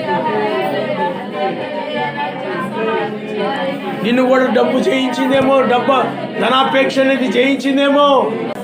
అప్పుడు దానికోసం నువ్వు పనిచేస్తుంటావు, దానికోసం నడుస్తూ ఉంటావు. హల్లెలూయా, హల్లెలూయా. యుద్ధ యజమానులు మీరు దాసులై ఉన్నారని వాక్యం చెప్తావు. ఓ మహాగణుడా నీకు స్తోత్రములు, మహాపరిశుద్ధుడా నీకు వందనాలు. ఇంకా సుఖభోగాలు అనుభవించాలని, లోకములో ఇంకా సుఖంగా బ్రతకాలి, మా పిల్లలు మేము సుఖంగా బ్రతకాలని సుఖభోగాల మీద మనసు ఉంచుతున్నావేమో. ఆయన న్యాయాధిపతిగా మారాడు. నువ్వు మర్త్యమైన శరీరం నుంచి అమర్త్యమైన శరీరంగా మారాలి. ఓ లోకస్తులు లోకాన్ని నమ్ముకుంటారు, ధనాన్ని నమ్ముకుంటారు. నువ్వైతే ఆయన నమ్ముకో, ఆయన్ని నమ్ముకో, ఆయనే సహాయం చేయగలని నమ్ముకో. నరమాత్రుడు నాకేమి చేయగలడు, యావే నాకు సహాయకుడు. ఓ దీని వల్ల లక్ష్యం ఇచ్చిన మీకు మేలు అని బైబిల్ చెప్తా ఉన్నది నాయన. వేకు నక్షత్రం వేళ లక్ష్యం ఉంచినప్పుడు, గురి ఉంచినప్పుడు ఇంకా వెనకతోటి తిరగకుండా తూర్పు దేశపు జ్ఞానులు నాయన ఆ నక్షత్రం మీదే మనసుంచారు నాయన. వారు మేలు పొందారు, వారు ఆ యొక్క మెస్సీని కలుసుకున్నారు. వెనకతోటి తిరగలేదు, వెనక్కి చూడలేదు. వారు ఆ మెస్సీని కలుసుకోవాలని ఒక ఆపేక్ష వాళ్ళు కలిగి ఉన్నారు. వారు లోకాశలు కలిగి ఉన్నట్లయితే ఎక్కడో ఒకసారి ఆగిపోయేవారు. లోకాశలు కలిగి ఉన్నట్లయితే వాళ్ళు తిరిగి వాళ్ళ ప్రాంతాలకు వాళ్ళకు వెళ్ళేవారే. కానీ ఆయన్ని కలుసుకోవాలని ఒక ఆపేక్షను బట్టి లోక సంబంధమైన వాటిని, ఆ మరణాన్ని వాళ్ళు జయించారు. మెస్సీని వాళ్ళు కలుసుకున్నారు. వాళ్ళ ఆపేక్ష నెరవేరింది. నీ ఆపేక్ష కూడా నెరవేరాలి. నీవు వాగ్దానం చేయబడిన ఆ అమర్చమైన శరీరాన్ని నువ్వు పొందుకున్నడం ద్వారా నీ ఆపేక్ష నెరవేర్చబడతా ఉంటుంది. ఆయన మనిస్తారు. హల్లెలూయా, హల్లెలూయా. ఓ రాహాబు అనే స్త్రీ ఒక ఆపేక్ష కలిగి ఉంది. ఆమె ఆ యొక్క ఎరుకో నాశనం అవుతుందని ఆమె నమ్మింది కాబట్టి బయటకు వచ్చింది. నమ్మనట్లయితే అక్కడే ఉండిపోయేది. నీవు కూడా నమ్మావు అని అంటే ఇటు నీవు ఆపేక్షలు ఆశలను వదిలిపెట్టేసి మనసు వాటి మీద నువ్వు పెట్టకూడదు. ఓ సర్వోన్నతుడా, మహిమ కలిగిన వాడా, వందనాలు, వందనాలు, వందనాలు. హల్లెలూయా, హల్లెలూయా. పరిశుద్ధాత్మను బట్టి నడువు. నీ భర్తను బట్టి, నీ యొక్క భార్యను బట్టి నువ్వు నడుస్తున్నావేమో, ఆవిడ ఆలోచన ప్రకారం నడుస్తున్నావేమో, నీ సొంత ఆలోచన ప్రకారం నడుస్తున్నావేమో, నీ పిల్లల ఆలోచన ప్రకారం నడుస్తున్నావేమో, నీ తల్లిదండ్రుల ఆలోచన ప్రకారం నడుస్తున్నావేమో. ఓ మెస్సయ్య ఆలోచన ప్రకారం నువ్వు నడవాలి, ఆయన ఆలోచన ప్రకారం నువ్వు నడవాలి. అది వాక్యమే ఆయన ఆలోచన. ఆపేక్ష నువ్వు చివరి కాలంలో కలిగి ఉండాలి సుమా. ఓ సర్వోన్నతుడా, మహిమ కలిగిన వాడా, ఈ మహిమ గల పాదములు కొందనాలు, స్తుతి స్తోత్రాలు, ఘనత, మహిమ, ప్రభావం మా తండ్రి నాయన. ఇప్పటి వరకు నాయన మీరు మాకు తోడుగా ఉండి మీరు మమ్మల్ని నడిపించారు. నీకు స్తోత్రాలు మా తండ్రి. మేము ఈ లోకాన్ని మేము కోరుకుంటలేదు కానీ నాయన, వీటి మీద మాకు ఆపేక్షలు లేవు కానీ మా తండ్రి నాయన, మాకు ఆపేక్ష ఆ అమర్త్యమైన శరీరాన్ని ధరించుకోవాలనే తప్ప మరి ఏ ఆపేక్ష లేదు నాయన. ఆపేక్ష మేము కలిగిన వారే అమర్త్యమైన దాన్ని ధరించుకుంటారు. ఇక మిగతా ఆపేక్షలన్నీ విడిచిపెట్టడానికి సహాయం చేయండి. ఇంకా లోక ఆపేక్షలు ఏమైనా ఉంటే వాటన్నింటినీ కూడా వదిలివేయడానికి సహాయం చేయండి. లోతు ఇంకా వదిలిపెట్టేశాడు. ఇంకా ఆపేక్షల మీద లోతుకి ఇక మనసు లేదు.